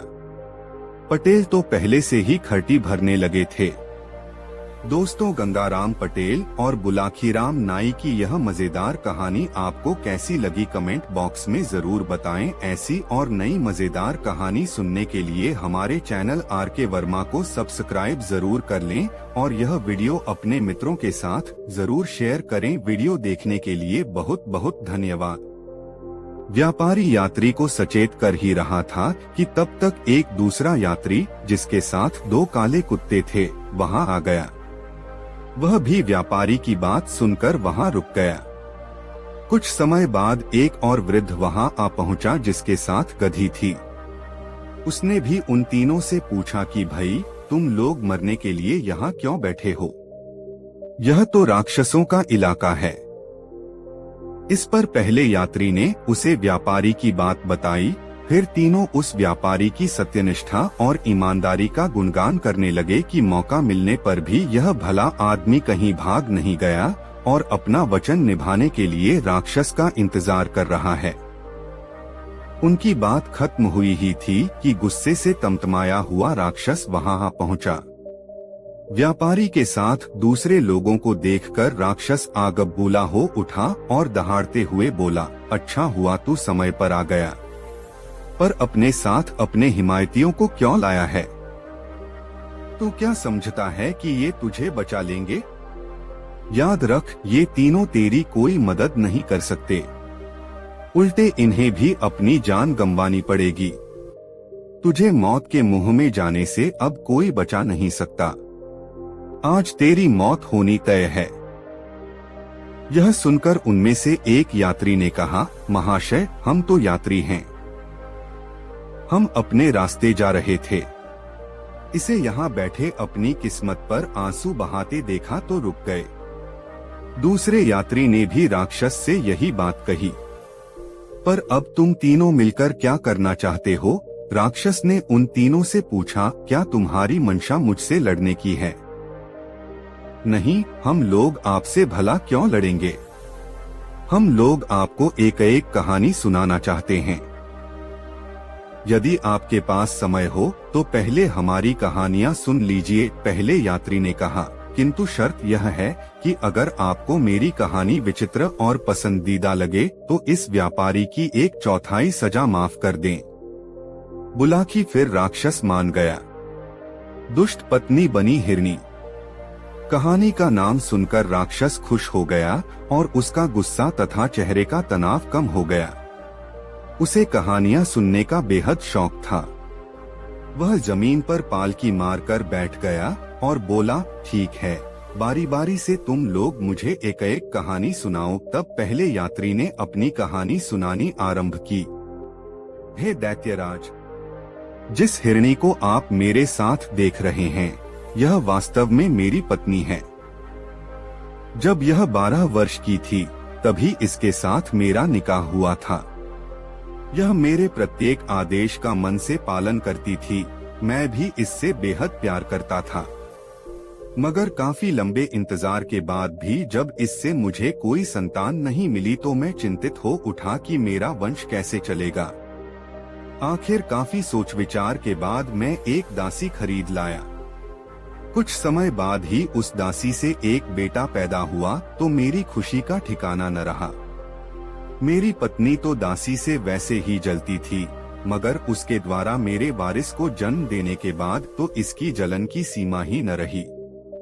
मुझे अफसोस है कि इस बात का पता मुझे बहुत दिनों बाद चला। संयोग से उन्हीं दिनों मुझे व्यापार के सिलसिले में विदेश जाना पड़ा। जाते समय मैंने अपनी पत्नी को सख्त हिदायत दी कि मेरे पीछे बच्चे और माँ का पूरा पूरा ख्याल रखना, उन्हें किसी किस्म की कोई तकलीफ न होने पाए। मैं 1 साल के अंदर अंदर लौट आऊंगा। मगर मेरी पत्नी को तो मेरे जाते ही खुलकर अपनी मर्जी करने का मौका मिल गया। यह उन पर अत्याचार करती रही। मेरे पीछे इसने जादू टोना भी सीख लिया। अपने उसी जादू टोने के बल पर इस दुष्टा ने मेरे बच्चे और उसकी माँ को गाय बछड़ा बना दिया और उसे मेरे नौकर के सुपुर्द की अपने घर ले जाकर दोनों को खिला पिलाकर मोटा ताजा कर दिया। परदेश से वापस आकर मैंने अपनी पत्नी से अपने पुत्र और उसकी माँ के बारे में पूछा। उसने कहा, तुम्हारी दासी तो मर गई है और तुम्हारा बेटा करीब 2 महीने पहले एक दिन खेलते खेलते न जाने कहाँ चला गया। मैंने उसे बहुत खोजा, मगर पता ही नहीं चला कि वह कहाँ चला गया। मुझे अपनी दासी के मरने का बहुत दुख हुआ, मगर करता क्या। आखिरकार सब्र करके बैठना पड़ा, किंतु मुझे आशा थी कि कभी न भी पुत्र से मेरी भेंट अवश्य हो जाएगी। 8 महीने बाद ईद का त्योहार आया। मेरी इच्छा हुई कि इस त्योहार पर मैं किसी पशु की कुर्बानी दूं। मैंने अपने ग्वाले को बुलाकर कहा कि कुर्बानी के लिए एक मोटी ताजी गाय ले आ। संयोग से वह मेरी दासी को ही ले आया, जो जादू के जोर से गाय बन गई थी। मैंने उसे कुर्बान करने के लिए उसके पैरों को बांधा तो वह बड़े करुण स्वर में डकराने लगी और उसकी आंखों से आंसू की धारा बहने लगी। उसका यह हाल देखकर मुझे उस पर दया आ गई और मुझसे उसके गले पर छुरी न चल सकी। मैंने ग्वाले से कहा, इसे ले जा और कुर्बानी के लिए दूसरी गाय ले आ। यह सुनकर मेरी पत्नी बहुत क्रुद्ध हुई और कहने लगी, इसी गाय की बलि दी जाएगी। ग्वाले के पास इससे अधिक हृष्ट पुष्ट और कोई गाय नहीं है।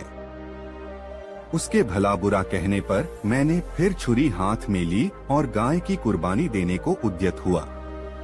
इस पर गाय और भी चीख पुकार करने लगी। मैं अजीब दुविधा में पड़ गया।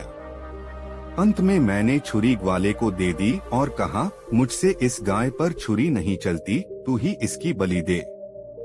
ग्वाले को गाय के रोने चिल्लाने पर दया न आई और उसने गाय की गर्दन पर छुरी फेर दी। जब गाय की खाल उतारी गई तो सबने देखा कि उसके अंदर अस्थिपंजर मात्र है, मांस का कहीं पता नहीं। कारण यह था कि गाय का मोटा ताजा होना तो केवल मायाजाल के कारण था।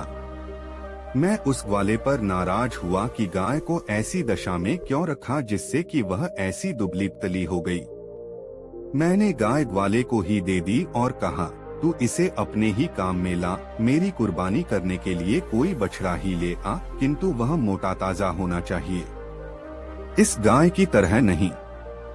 ग्वाला शीघ्र ही एक मोटा ताजा बछड़ा ले आया। बछड़ा देखने में भी बड़ा सुंदर था। यद्यपि उस बछड़े के बारे में मुझे मालूम न था कि यह मेरा ही पुत्र है, तथापि उसे देखकर मेरे हृदय में प्रेम उमड़ने लगा और वह बछड़ा भी मुझे देखते ही रस्सी तुड़ाकर मेरे कदमों पर सिरिया घटस बात से मेरे दिल चमुच का कोह और जोर से उबलने लगा और मैं सोचने लगा कि ऐसे प्यारे बछड़े को कैसे मारूं। इन भावनाओं ने मुझे अत्यंत विह्वल कर दिया। उस बछड़े की आंखों से आंसू बहने लगे। इससे उसके प्रति मेरा प्यार और आपदा, और मैंने ग्वाले से कहा, इस बछड़े को वापस ले जा और इसको जगह कोई दूसरा बछड़ा ले आ। इस पर मेरी पत्नी ने कहा, तुम इतने मोटे ताजे बछड़े की कुर्बानी क्यों नहीं देते? मैंने कहा, यह बछड़ा बड़ा प्यारा है, मेरा मन नहीं मान रहा कि इसका वध करूं, तुम इसके लिए जोर मत दो। लेकिन उस निष्ठुर दुष्टा ने तकरार जारी रखी और विद्वेषवश उसके वध पर जोर देती रही। मैं उसकी बहस से तंग आकर छुरी लेकर पुत्र की गर्दन काटने चला। उसने फिर मेरी ओर देखकर आंसू बहाए। मेरे हृदय में ऐसी दया और प्रीति उमड़ी की छुरी हाथ से गिर गई। फिर मैंने पत्नी से कहा, मेरे पास एक और बछड़ा है, मैं उसे कुर्बान कर दूंगा। वह दुष्टमना फिर भी उसी बछड़े को मारने पर जोर देती रही, किंतु इस बार मैंने उसके बकने झकने की परवाह नहीं की और बछड़े को वापस कर दिया। हाँ, पत्नी के हृदय को सांत्वना देने के लिए कह दिया कि बकरीद के दिन इसी बछड़े की बलि दूंगा। ग्वाला बछड़े को अपने घर ले गया, लेकिन दूसरे दिन तड़के ही मुझसे एकांत में कहा, मैं आपसे कुछ कहना चाहता हूँ और मुझे आशा है कि आप मेरी बात सुनकर प्रसन्न होंगे। उसने कहा, मेरी बेटी जादू टोने में प्रवीण है। कल जब मैं उस बछड़े को वापस लेकर गया तो वह उसे देखकर हंसी भी और रोई भी। मैंने उस विचित्र बात का कारण पूछा तो बोली कि अव्वा, जिस बछड़े को तुम जिंदा लौटा कर लाए हो वह हमारे मालिक का बेटा है, इसलिए मैं इसे जीता जागता देखकर प्रसन्न हुई। रोई इसलिए कि इससे पहले इसकी माँ की कुर्बानी दे दी गई थी। हमारे मालिक की पत्नी ने सौतिया डाह के कारण इन माता पुत्र को जादू के जोर से गाय और बछड़ा बना दिया था। मैंने अपनी बेटी के मुंह से जैसा सुना वैसा आपको बता दिया। हे दैत्यराज, यह वृतांत सुनकर मैं दंग रह गया। मेरी आंखें फट पड़ो और हलाल होती उस बछड़े की माँ अर्थात मेरी दासी की कुर्बानी के वक्त की छटपटाहट मेरी आंखों के सामने थिरकने लगी। मैं कुछ देर मर्माहत होकर चुप रहा, फिर ग्वाले के साथ उसके घर गया ताकि इस वृत्तांत को उसकी बेटी के मुंह से सुनूं।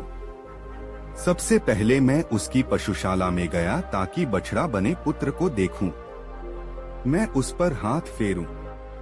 इससे पहले ही वह मेरे पास आकर इतना लाड़ करने लगा कि मुझे विश्वास हो गया कि वह मेरा पुत्र ही है।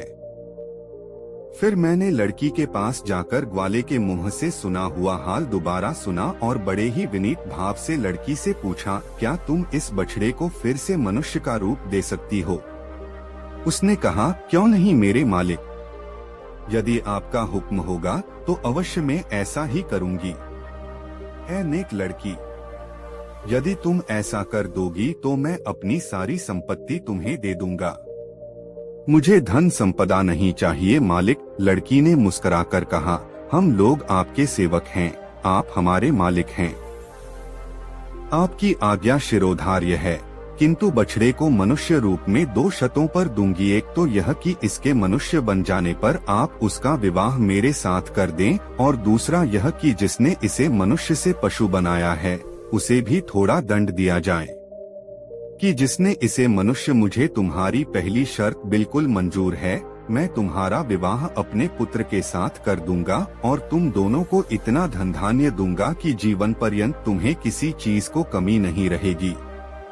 दूसरी शर्त का निर्णय तुम्हारे ही हाथ छोड़ता हूँ, तुम जो भी दंड उसके लिए उचित समझोगे वही दंड उस दुष्टा को दिया जाएगा। हाँ, यह जरूर कहूँगा कि यद्यपि वह दुष्टा दंडनीय है किंतु उसे प्राणदंड मत देना। लड़की ने कहा, जैसा उसने आपके पुत्र के साथ किया है वैसा ही मैं उसके साथ करूँगी। यह कहकर उसने एक प्याले में पानी लिया और उसे अभिमंत्रित करके बछड़े के सामने लाकर कहा, ऐ खुदा के बंदे, अगर तू आदमी है और केवल जादू के कारण बछड़ा बना है तो अपना पूर्व रूप प्राप्त कर ले। यह कहकर उसने अभिमंत्रित जल उस पर छिड़का और वह तुरंत ही मनुष्य रूप में आ गया। मैंने उसे छाती से लगा लिया। मैं काफी देर तक उसे प्यार करता रहा। उसे देख देख कर मेरा जी नहीं भरता था। अंत में मैंने उससे कहा, इस लड़की के कारण ही तुमने फिर से मानव देह पाई है, तुम इसका एहसान चुकाओ और इसके साथ विवाह कर लो। पुत्र ने सहर्ष मेरी बात मान ली। लड़की ने इसी प्रकार जल को अभिमंत्रित करके मेरी पत्नी को हिरनी का रूप दे दिया। मेरे पुत्र ने उस लड़की के साथ विवाह किया, किंतु दुर्भाग्यवश वह थोड़े ही समय के बाद मर गई। मेरे पुत्र को इतना दुख हुआ कि वह देश छोड़कर कहीं चला गया। बहुत दिनों तक मुझे उसका कोई समाचार नहीं मिला। अंततः मैं उसे ढूंढने निकला। मुझे किसी पर इतना भरोसा नहीं था कि अपनी हिरनी बनी हुई पत्नी को उसके पास छोड़ता। इसलिए मैं उसे अपने साथ लिए हुए अपने पुत्र की खोज में देश विदेश घूम रहा हूँ। यही मेरी और इस हिरनी की कहानी है। अब आप स्वयं निर्णय कर लें कि यह घटना विचित्र है या नहीं। दैत्य ने कहा, निःसंदेह विचित्र है। मैंने व्यापारी के अपराध का 1/3 हिस्सा माफ कर दिया। जब पहला यात्री अपनी कहानी कह चुका तो दूसरे यात्री ने, जो अपने साथ 2 काले कुत्ते लिए था, दैत्य से कहा, मैं भी अपना और इन दोनों कुत्तों का इतिहास आपके सम्मुख रखता हूँ। यदि यह पहली कहानी से भी अच्छी हो तो आशा करता हूँ कि उसे सुनने के बाद व्यापारी के अपराध का 1/3 भाग और क्षमा कर दिया जाए। दैत्य ने कहा, अगर तुम्हारी कहानी पहली कहानी से अधिक विचित्र हुई तो मैं तुम्हारी बात जरूर मानूंगा। इस पर उस यात्री ने यह कथा सुनाई।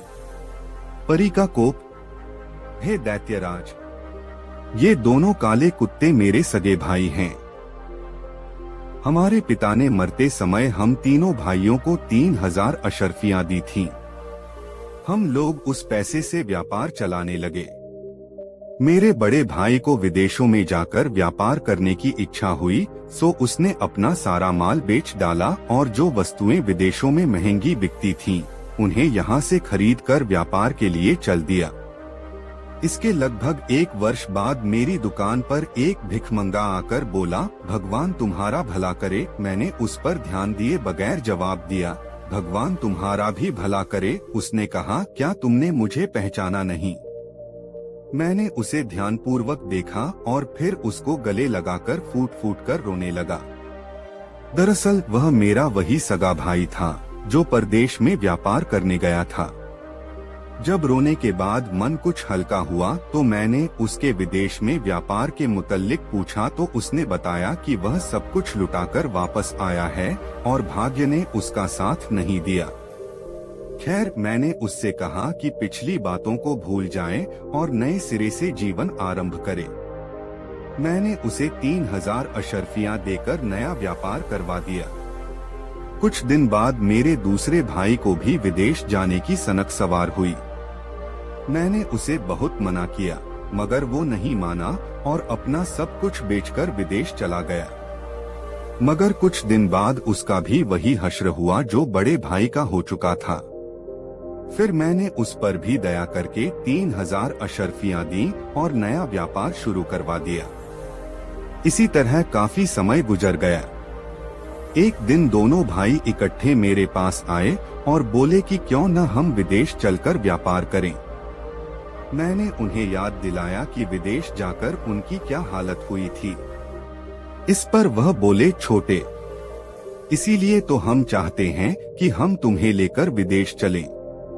हो सकता है तुम्हारे भाग्य और बुद्धिमानी से हमारे नसीब भी जाग जाएं। मगर मैंने स्पष्ट इनकार कर दिया। हालांकि मैंने इनकार कर दिया था, मगर वो तो जैसे मुझे लेकर विदेश जाने की कसम ही खा चुके थे।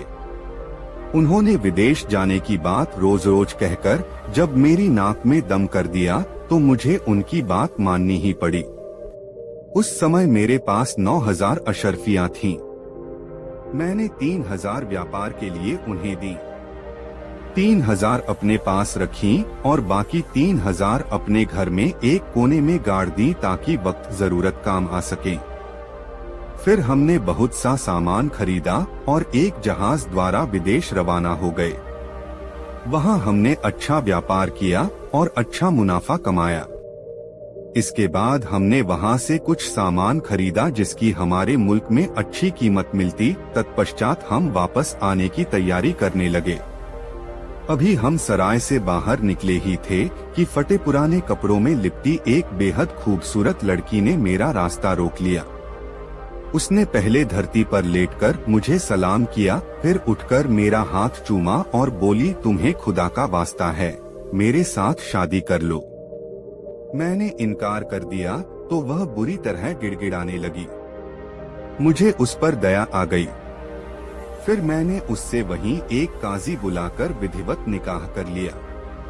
उसके बाद हम जहाज द्वारा अपने मुल्क के लिए चल दिए। जहाज में ही मुझे पता चला कि मेरी पत्नी खालिस खूबसूरत ही नहीं, जहीन भी थी। मेरा उसके साथ प्रेम बढ़ता ही जा रहा था। यह देखकर मेरे भाइयों को मुझसे जलन होने लगी। पता नहीं उनके मन में क्या था कि एक रात उन्होंने हमें जहाज से उठाकर समुद्र में फेंक दिया। तब मुझे पता चला कि मेरी पत्नी के पास कुछ अलौकिक शक्तियां भी हैं, क्योंकि उसके प्रभाव से हम डूबे नहीं। उसने मेरा हाथ पकड़ा और पलक झपकते ही एक टापू पर ले गई। वहां ले जाकर उसने मुझे बताया कि वह एक परी थी और मुझ पर मोहित होकर ही उसने मुझसे शादी की थी।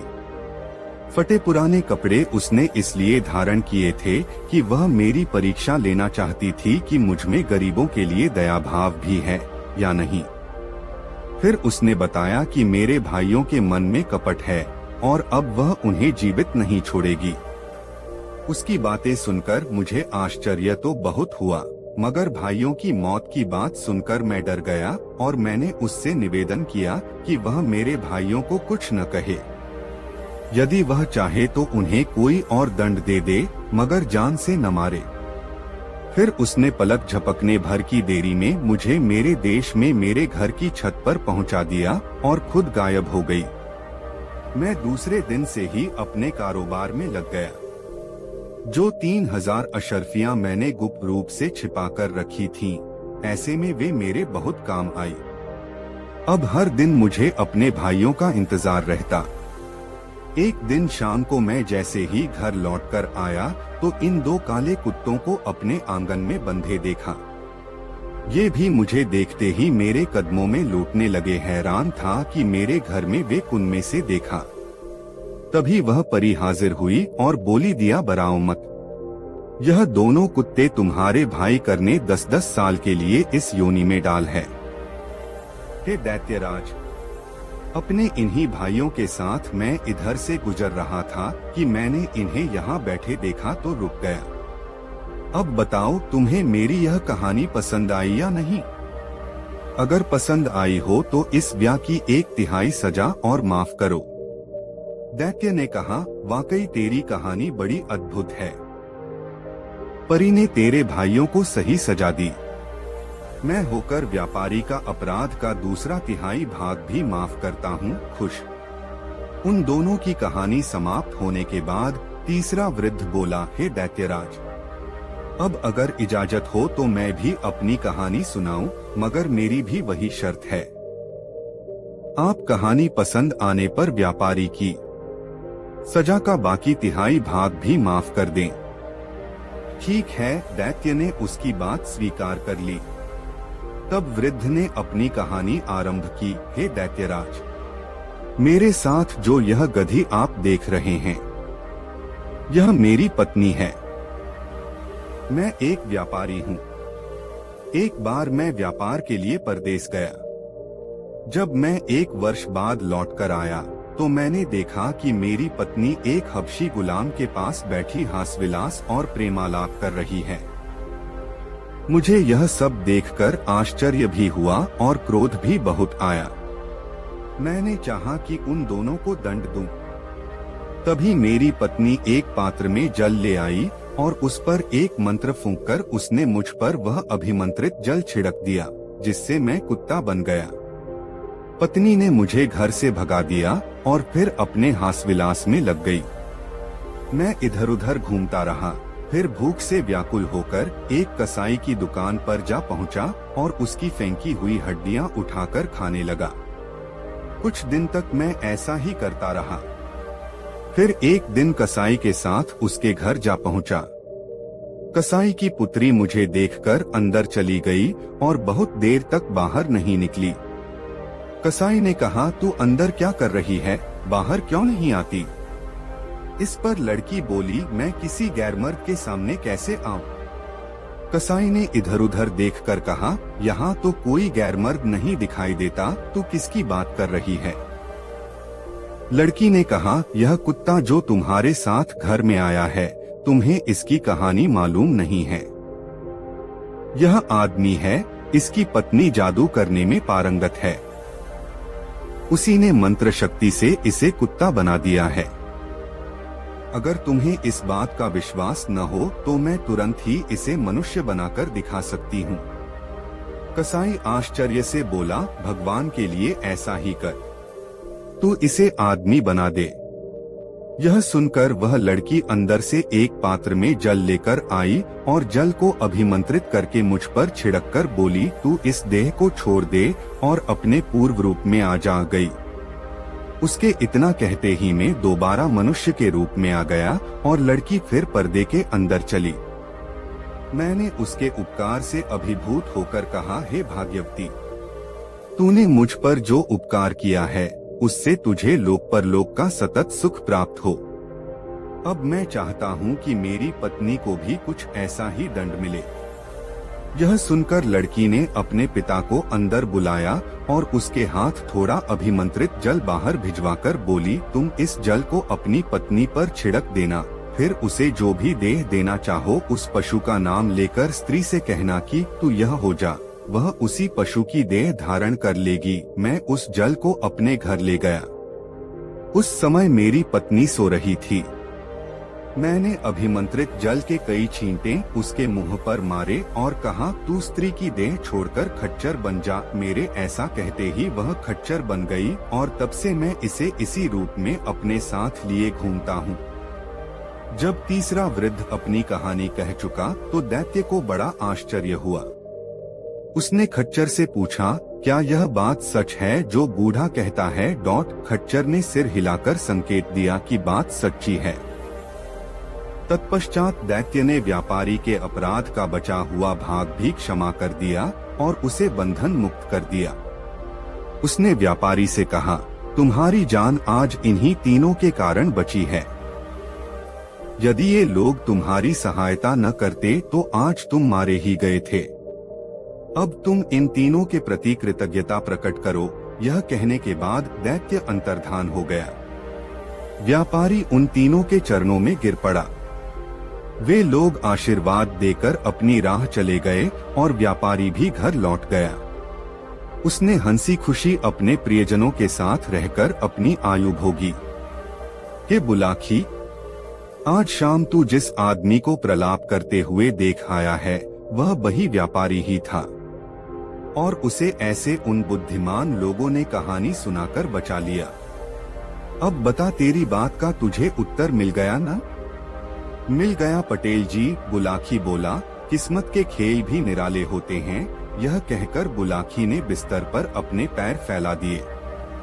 शीघ्र ही वह नींद के आगोश में समा गया। दोस्तों, वीडियो को एक लाइक जरूर करें। दोस्तों, काशी यात्रा में गंगाराम पटेल और बुलाखीराम नाई ने दिन भर की यात्रा समाप्त कर एक नए नगर में प्रवेश किया। वहां उन्होंने ठहरने के लिए एक उचित स्थान की खोज की और वहीं रैन बसेरा करने का निश्चय कर लिया। और पटेल ने बुलाखी को पैसे देकर शहर में भोजन का सामान लेने भेज दिया और स्वयं अपनी दिनचर्या को निपटाने में व्यस्त हो गए। बुलाखी इस बार भी लौटा और एक नई खबर उसके पास तैयार थी। पटेल जी ने पूछा, क्या बात है भाई बुलाखी, तू आज फिर किसी चिंता में पड़ गया ऐसा लगता है। उसने सोचा इस खबर को पटेल को अभी सुनाऊंगा तो पटेल जी यह कहकर टाल देंगे कि रात्रि होने दे, भोजन करने के पश्चात बिस्तर पर लेटते समय तुझे तेरी बात का उत्तर दे दूंगा। इसलिए उसने वह बात उस समय पटेल को नहीं बताई। वह बात को पेट में डाले रहा। जब वे दोनों भोजन करके निवृत्त हो गए तब बुलाखी ने बात छेड़ी, पटेल जी, आज भी इस शहर में मैं एक नई घटना देख आया हूँ। ठीक है, उस घटना का वर्णन कर, फिर उसे सुनकर मैं तेरी बात का उत्तर दूंगा, पटेल ने कहा। पटेल जी, आज जब मैं बाजार से यहाँ आ रहा था तब मैंने एक घर में देखने ही देखते उस घर में कोहराम मच गया। उस घर के पड़ोसियों ने उस घर की सेठानी को सांत्वना देने की बहुत कोशिश की, पर उसका मन शांत होने का नाम नहीं ले रहा था। उसका रुदन बढ़ता ही गया। रुदन विलाप करते उसकी हालत पागलों जैसी हो गई थी। तभी उसकी नजर रोते हुए काफूर पर पड़ी तो अनायास ही उसके मुंह से निकल गया, काफूर, खड़ा खड़ा क्या देख रहा है? जब मालिक ही नहीं रहे तो यह वैभव अब किस काम का? इस सब को तू मिट्टी में मिला दे। पटेल जी में ये सुनकर हैरान हो गया कि वहाँ क्या हो रहा था और वो आदमी कौन था जो कह रहा था सब खत्म कर दे, और बाद में क्या हुआ इस रहस्य से पर्दा उठाइए। बुलाखी की यह सारी बात सुन पटेल जी बोले, बुलाखी, यहाँ से कुछ दूर एक नगर है, वहाँ 100 साल पहले एक बहुत बड़ा व्यापारी था जिसके पास काफूर नाम का एक गुलाम था। व्यसरी था, उसे अपने सिद्धांतों पर चलना सबसे प्रिय था। उसकी देखादेखी काफूर ने भी अपना एक सिद्धांत बना लिया। उसका सिद्धांत था 6 महीने में एक छोटा सा झूठ और 12 महीने में एक बार कोई बड़ा झूठ बोलना। एक बार व्यापारी ने विदेश जाने की योजना बनाई, इसलिए उसने निश्चय किया कि सभी गुनाभा को बेच दिया जाए। यह काम उसने एक दलाल को सौंप दिया। उसके गुलामों में से काफूर नामक गुलाम को शहर के एक अमीर आदमी ने पसंद कर लिया। तब दलाल ने काफूर की तारीफ करते हुए कहा, सेठ जी, यह गुलाम बड़ा ही ईमानदार और निष्ठापूर्वक काम करने वाला है। यह तो बड़ी अच्छी बात है। अमीर ने कहा, क्या इसमें कोई बुराई भी है? बस छोटी सी एक ही बुराई है सेठ जी की यह सिद्धांतवादी है। सिद्धांतवादी होना तो कोई बुरी बात नहीं है। इसमें क्या बुराई है? सेठ और अधिक खुश हुआ। मैं खुद सिद्धांतवादी हूँ और मेरा यह सिद्धांत है कि मैं बिना जांचे परखे कभी गुलाम नहीं खरीदता, और जब गुलाम को खरीद लेता हूँ तो उसके सुख दुख का पूरा ख्याल रखता हूँ।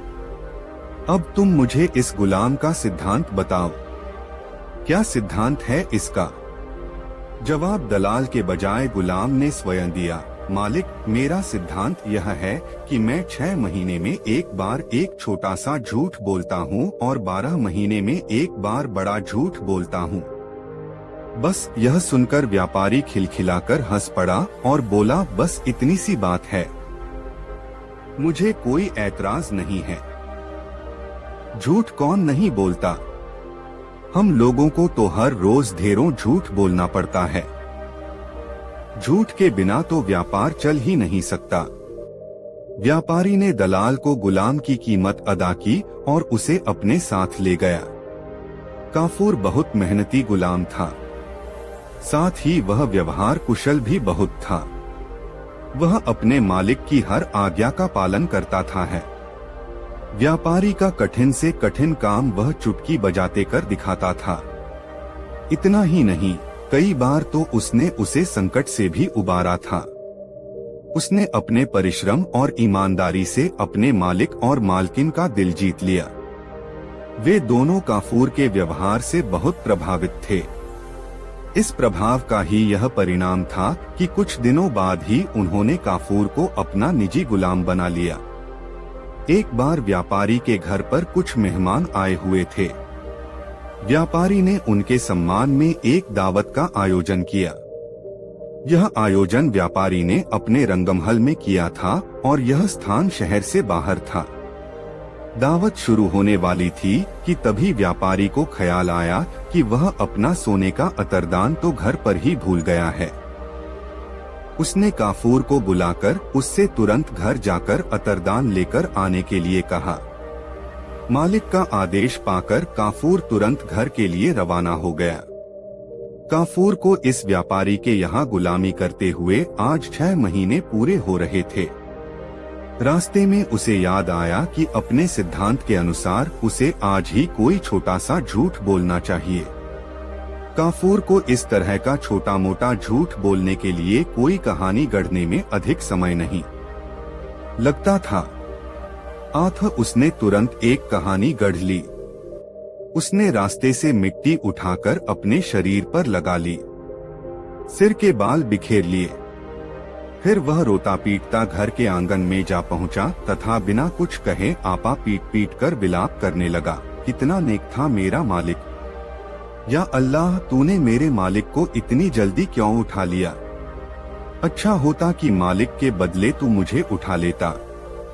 अब मेरा क्या होगा? इतना कहकर वह और जोर जोर से छाती पीटने लगा। काफूर के रोने की आवाज सुनकर व्यापारी की पत्नी घबरा गई। वह भागती हुई बाहर आई। उसे देखते ही काफूर ने रोते रोते कहा, मालकिन गजब हो गया। मालिक रंग महल में मेहमानों के साथ बैठे हुए थे। एकाएक पीछे की दीवार उन पर गिर पड़ी। मालिक और सभी मेहमान उसके नीचे दब कर मर गए। हाय मालिक! यह सुनकर मालकिन दहाड़े मार मार कर रोने लगी।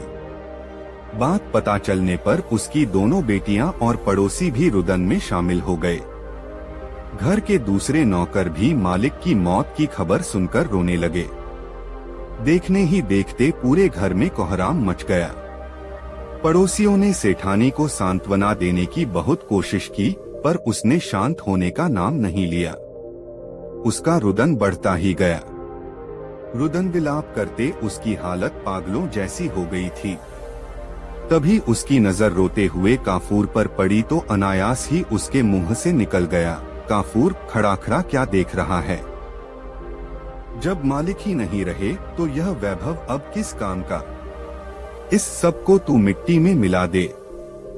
मालकिन के हुक्म की तामील करना गुलाम का फर्ज है। यही सोचकर काफूर ने तुरंत इतीदा उठाया और घर की एक एक चीज को तोड़फोड़ कर रख दिया। मकान के दरवाजे, खिड़कियों, मेज, कुर्सियां, पलंग, अलमारी, बर्तन सब कुछ चकनाचूर हो गए। तत्पश्चात मालकिन अपनी दोनों बेटियों, पड़ोसियों व नौकर चाकरों के साथ रोती पीटती रंग महल की ओर चल पड़ी। मालकिन और पड़ोसियों के रंग महल पहुंचने के पहले ही काफूर जल्दी जल्दी रंग महल जा पहुंचा। उस समय व्यापारी मेहमानों के साथ भोजन करने बैठा ही था कि काफूर उसके पास जाकर छाती पीटते हुए रोने लगा। व्यापारी उसको इस हरकत पर बुरी तरह घबरा गया और तत्काल उसने पूछा, काफूर क्या हुआ? तू इस तरह फूट फूट कर रो क्यों रहा है? काफूर ने सिसकते हुए जवाब दिया, मालिक क्या बताऊं, गजब हो गया। मालकिन दीवान खाने में झूले पर बैठी हुई पान चबा रही थी। एकाएक दीवान खाने की दीवार उनके ऊपर गिर पड़ी। मालकिन दीवार के नीचे दबकर मर गईं। आपकी दोनों बेटियां वहीं अपने छोटे भाई के साथ खेल रही थीं। वे सब भी दीवार के नीचे दब गए। गजब हो गया मालिक। काफूर विलाप करने लगा, हाय अब मैं क्या करूं? खुदा, तूने मेरी दयालु मालकिन को इतनी जल्दी क्यों उठा लिया? व्यापारी परोसी हुई थाली छोड़कर उठ गया। वह शोक से विह्वल हो उठा और जो भी चीज सामने पड़ी सबको तोड़ने फोड़ने लगा। रंग महल की कोई भी वस्तु साबुत नहीं बची। मेहमानों ने किसी तरह व्यापारी को संभाला। वे सब रोते बिलखते घर की ओर चल पड़े। अभी वे लोग कुछ ही दूर गए थे कि उन्हें सामने से सेठानी और पास पड़ोस के लोग उधर से आते हुए दिखाई दिए। दोनों तरफ की भीड़ एक दूसरे के करीब आ गई। जब व्यापारी ने सेठानी को और सेठानी ने व्यापारी को देखा तो दोनों डर के मारे कांपने लगे। भागो भागो, यह तो सेठानी का भूत है, व्यापारी चिल्लाया। बचाओ बचाओ, यह तो सेठ जी का भूत है, सेठानी बोली। इसके बाद व्यापारी और सेठानी डर के मारे बेहोश होकर गिर पड़े। व्यापारी और सेठानी के साथ आए लोगों ने उन दोनों के चेहरों पर पानी छिड़का, तब कहीं जाकर उन दोनों को होश आया। व्यापारी और उसकी पत्नी ने जब एक दूसरे से बातचीत की तब उन्हें मालूम हुआ कि यह सब काफूर की करतूत है। उन्होंने काफूर के इस झूठ के कारण हुए नुकसान और तोड़फोड़ के बारे में भी एक दूसरे को बताया। व्यापारी और सेठानी को काफूर पर बहुत गुस्सा आया। उन्होंने काफूर को डांटते हुए कहा, तूने यह घिनौनी हरकत क्यों की? आखिर तुझे इस करतूत से क्या हासिल हुआ? काफूर बोला, मालिक मैंने जो कुछ किया है अपने सिद्धांत के अनुसार ही किया है। आपको याद होगा मैंने आपसे 6 महीने में एक बार एक छोटा झूठ बोलने की बात की थी। आज मुझे आपके यहाँ गुलामी करते हुए 6 महीने पूरे हो रहे थे, इसलिए मुझे आज एक छोटा झूठ बोलना ही पड़ा। मैंने तो केवल छोटा सा झूठ बोला था, लेकिन मालकिन ने आदेश दिया तो मुझे मजबूर होकर घर का सारा सामान तोड़ना पड़ा। क्या करता, मालकिन के हुक्म का पालन करना मेरा धर्म था। व्यापारी गुस्से से बोला, नालायक, तोड़फोड़ करने से पहले तूने नुकसान के बारे में तो विचार कर लिया होता। तूने हमारा लाखों रुपए का नुकसान कर डाला और ऊपर से जबान लड़ा रहा है। मालिक, आपका भी तो सिद्धांत है, जीते जागते इंसानों को गुलाम बनाकर रखना। आप एक निर्दोष एवं वफादार आदमी को जानवर की तरह जंजीरों में बांध कर रखते हैं, उसे जानवरों की तरह खरीदते और बेचते हैं। आप उस पर कोड़े बरसा सकते हैं। इतना ही नहीं, आप गुलामों की हत्या भी कर सकते हैं।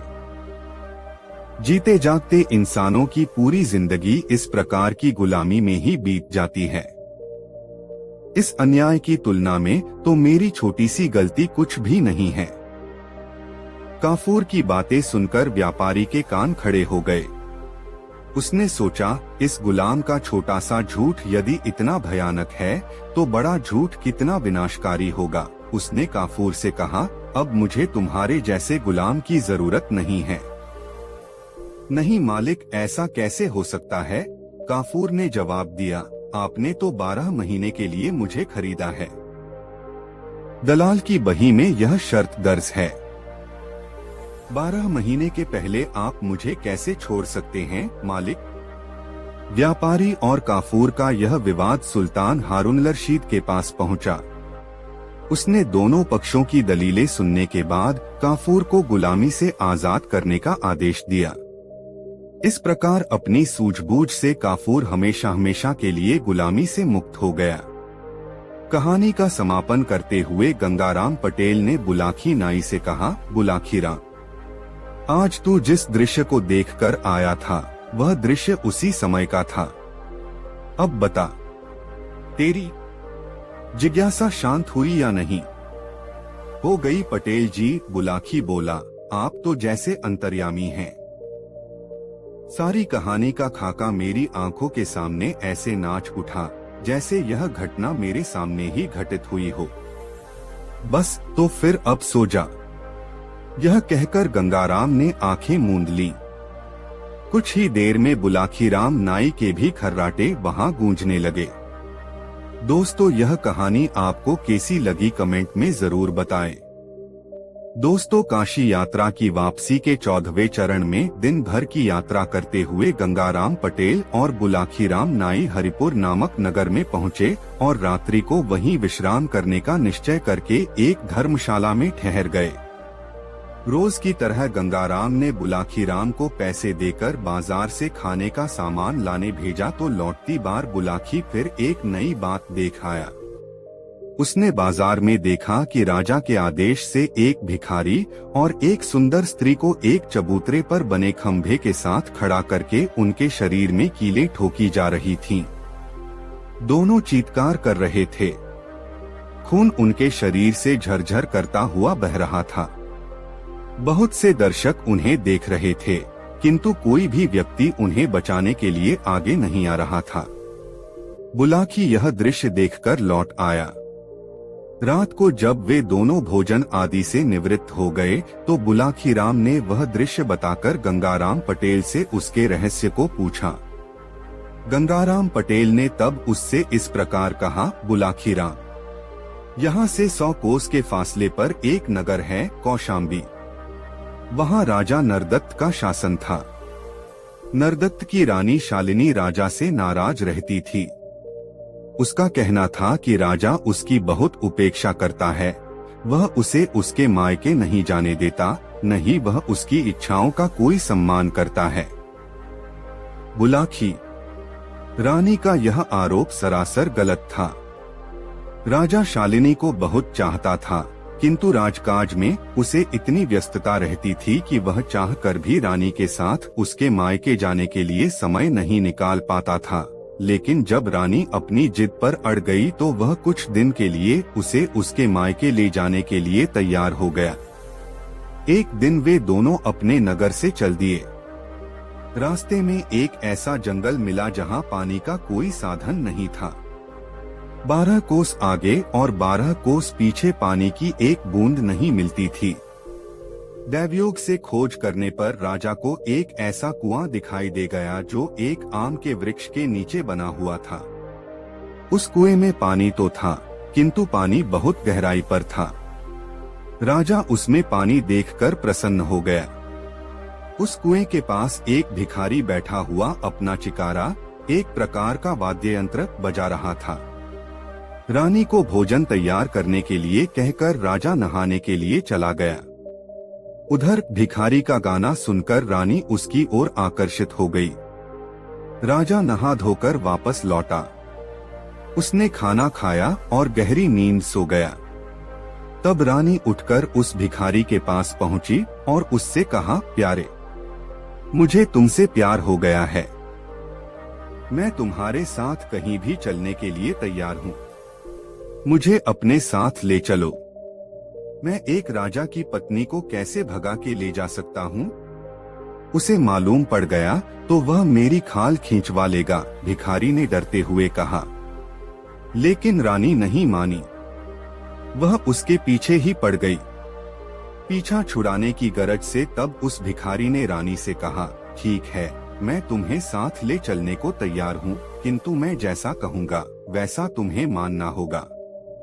रानी तैयार हो गई। भिखारी ने तब उससे कहा कि वह राजा को कुएं में धकेल दे। भिखारी का कहना मानकर रानी सोए हुए राजा के पास पहुंची। उसने राजा को झकझोर कर उठाया और उससे कहा, मुझे बहुत जोर से प्यास लग रही है, आप कुएं से मेरे पीने के लिए पानी ला दीजिए। आंखें मलता हुआ राजा उठा और रानी को साथ लेकर कुएं पर पहुंच गया। राजा ने जैसे पानी लेने के लिए रस्सी बाल्टी कुएं में लटकाई, रानी ने उसे जोर से धक्का दे दिया। राजा गुडुक गुडुक करता हुआ पानी में डूबने लगा। उसी समय रानी उस भिखारी के साथ वहां से भाग गई। भिखारी और रानी ने पेट पालने के लिए गांव-गांव जाकर नाचना गाना शुरू कर दिया। उधर राजा कुएं में डूबा नहीं था, वह एक पत्थर को पकड़कर अधर में लटका हुआ था। कई दिन ऐसे ही बीत गए। एक दिन एक पशुओं का व्यापारी उधर से गुजरा। उसके पास बहुत से मवेशी थे जिनकी पीठों पर अनाज लदा हुआ था। उसने कुएं से जल खींचने के लिए रस्सी बाल्टी लटकाई तो राजा ने उस रस्सी को पकड़ लिया। ऊपर से वह पशुओं का व्यापारी ताकत लगा रहा था, किंतु रस्सी उससे खींच ही नहीं रही थी। उसने कुएं के भीतर झांका तो 2 हाथ बाल्टी पकड़े उसे दिखाई दिए। तब उसने अपने साथियों की मदद से राजा को बाहर निकाला। इतने दिन पानी में भूखा पड़ा रहने से राजा को न तो कुछ दिख ही रहा था और न वह कुछ सुन ही रहा था। उसका बोल भी नहीं निकल रहा था। उस पशुओं के व्यापारी ने 2 दिन तक राजा को धूप में रखा, उसकी सेवा की तो राजा ठीक हो गया। उसने उस पशुओं के व्यापारी को अपनी आपबीती सुनाई। पशुओं के व्यापारी ने उसे आश्वासन दिया कि वह राजा को उसके राज्य तक पहुंचाएगा, लेकिन राजा ने मना कर दिया। वह बोला, तुमने मेरे प्राण बचाए हैं, अब से यह जीवन तुम्हारे लिए है, मैं तुम्हारे साथ ही रहूंगा। तब से राजा भी उस पशु व्यापारी के साथ गांव-गांव, शहर-शहर भटकने लगा। एक दिन एक शहर में उसने मजमा जुटा देखा। उत्सुकतावश वह भी मजमा देखने पहुंच गया। वहां क्या देखता है कि उसकी रानी ठुमक ठुमक कर नाच रही है और वह भिखारी गीत गा रहा है। दर्शक उनकी ओर पैसे फेंक रहे हैं। रानी ने अपने पति को पहचान लिया था। उसे देखकर वह बेहद आतंकित हो उठी। वह सोचने लगी कि यह डूबने से बच कैसे गया। तभी वहां के राजा का बुलावा नाच देखने के लिए आ गया। अतः वह उस भिखारी के साथ अपना नाच पेश करने के लिए राज दरबार में चली गई। सारी रात नाच का कार्यक्रम चलता रहा। राजा बेहद खुश था। उसने कलाकारों से पूछा, बताओ मैं तुम्हारे लिए क्या कर सकता हूँ? तुम जो भी मांगोगे वही मिलेगा। महाराज दुहाई हो, बस कृपा बनी रहे, हमें रुपया पैसा कुछ नहीं चाहिए, रानी ने विनय की। हम बहुत प्रसन्न हुए। तुम सच्चे कलाकार लगते हो, पर तुम्हें कुछ तो मांगना ही होगा। हमारे दरबार से कोई खाली हाथ नहीं जा सकता, राजा बोला। तो महाराज एक काम करें, आपके राज में एक पशुओं का व्यापारी आया हुआ है, उसके साथ एक नौकर भी है। आप उस नौकर को फांसी पर चढ़वा दें। राजा ने तत्काल अपने सिपाही भेजकर पशु व्यापारी के नौकर को पकड़ बुलाया। नौकर बहुत डरा हुआ था। पशु व्यापारी भी दरबार में आ गया। राजा ने उस नौकर को बताया कि वह फांसी पर चढ़ाया जाने वाला है। नौकर बने राजा ने तब हाथ जोड़कर राजा से निवेदन किया कि पहले उसकी कहानी सुन ली जाए। राजा मान गया। नौकर बने राजा ने तब अपनी दुष्चरित्र पत्नी की सारी कहानी राजा को सुना दी। राजा ने फिर उस पशु व्यापारी से भी पूछा। उसने भी बता दिया कि किस तरह उसने राजा को कुएं से निकाला था। सारी बातें जानकर राजा को बहुत गुस्सा आया। उसने आदेश दिया कि राजा नरदत्त को तो सम्मान पूर्वक उसके राज्य में पहुंचा दिया जाए और उसकी दुष्चरित्र पत्नी और उस भिखारी को खंभे से बांधकर उनके शरीर में कीलें ठोंक दी जाएं। सोहे बुलाखी राम, आज शाम तुम जो दृश्य देखकर आए थे वह वही दृश्य था। राजाज्ञा का पालन किया जा रहा था। राजा के आदेश से ही रानी शालिनी और उसके पुरुष मित्र उस भिखारी को एक खंभे से बांधकर उनके शरीर में कीलें ठोंकी जा रही थीं। इतना कहकर पटेल थोड़ा रुके और उन्होंने बुलाकी की तरफ देखा। फिर पूछा, अब बोलो बुलाकी राम, तुम्हारे प्रश्न का उत्तर तुम्हें मिल गया न? अगर तुम संतुष्ट हो गए हो तो अब सो जाएं। आंखों में नींद गहरा रही है। हाँ पटेल जी, अब आराम से सो जाओ। दोस्तों, यह कहानी आपको कैसी लगी कमेंट में जरूर बताएं। ऐसी और नई मजेदार कहानी सुनने के लिए हमारे चैनल RK वर्मा को सब्सक्राइब जरूर कर लें और यह वीडियो अपने मित्रों को जरूर शेयर करें। वीडियो देखने के लिए आपका बहुत बहुत धन्यवाद। मिलते हैं किसी अगले वीडियो में, तब तक के लिए जय श्री राधे राधे। धन्यवाद।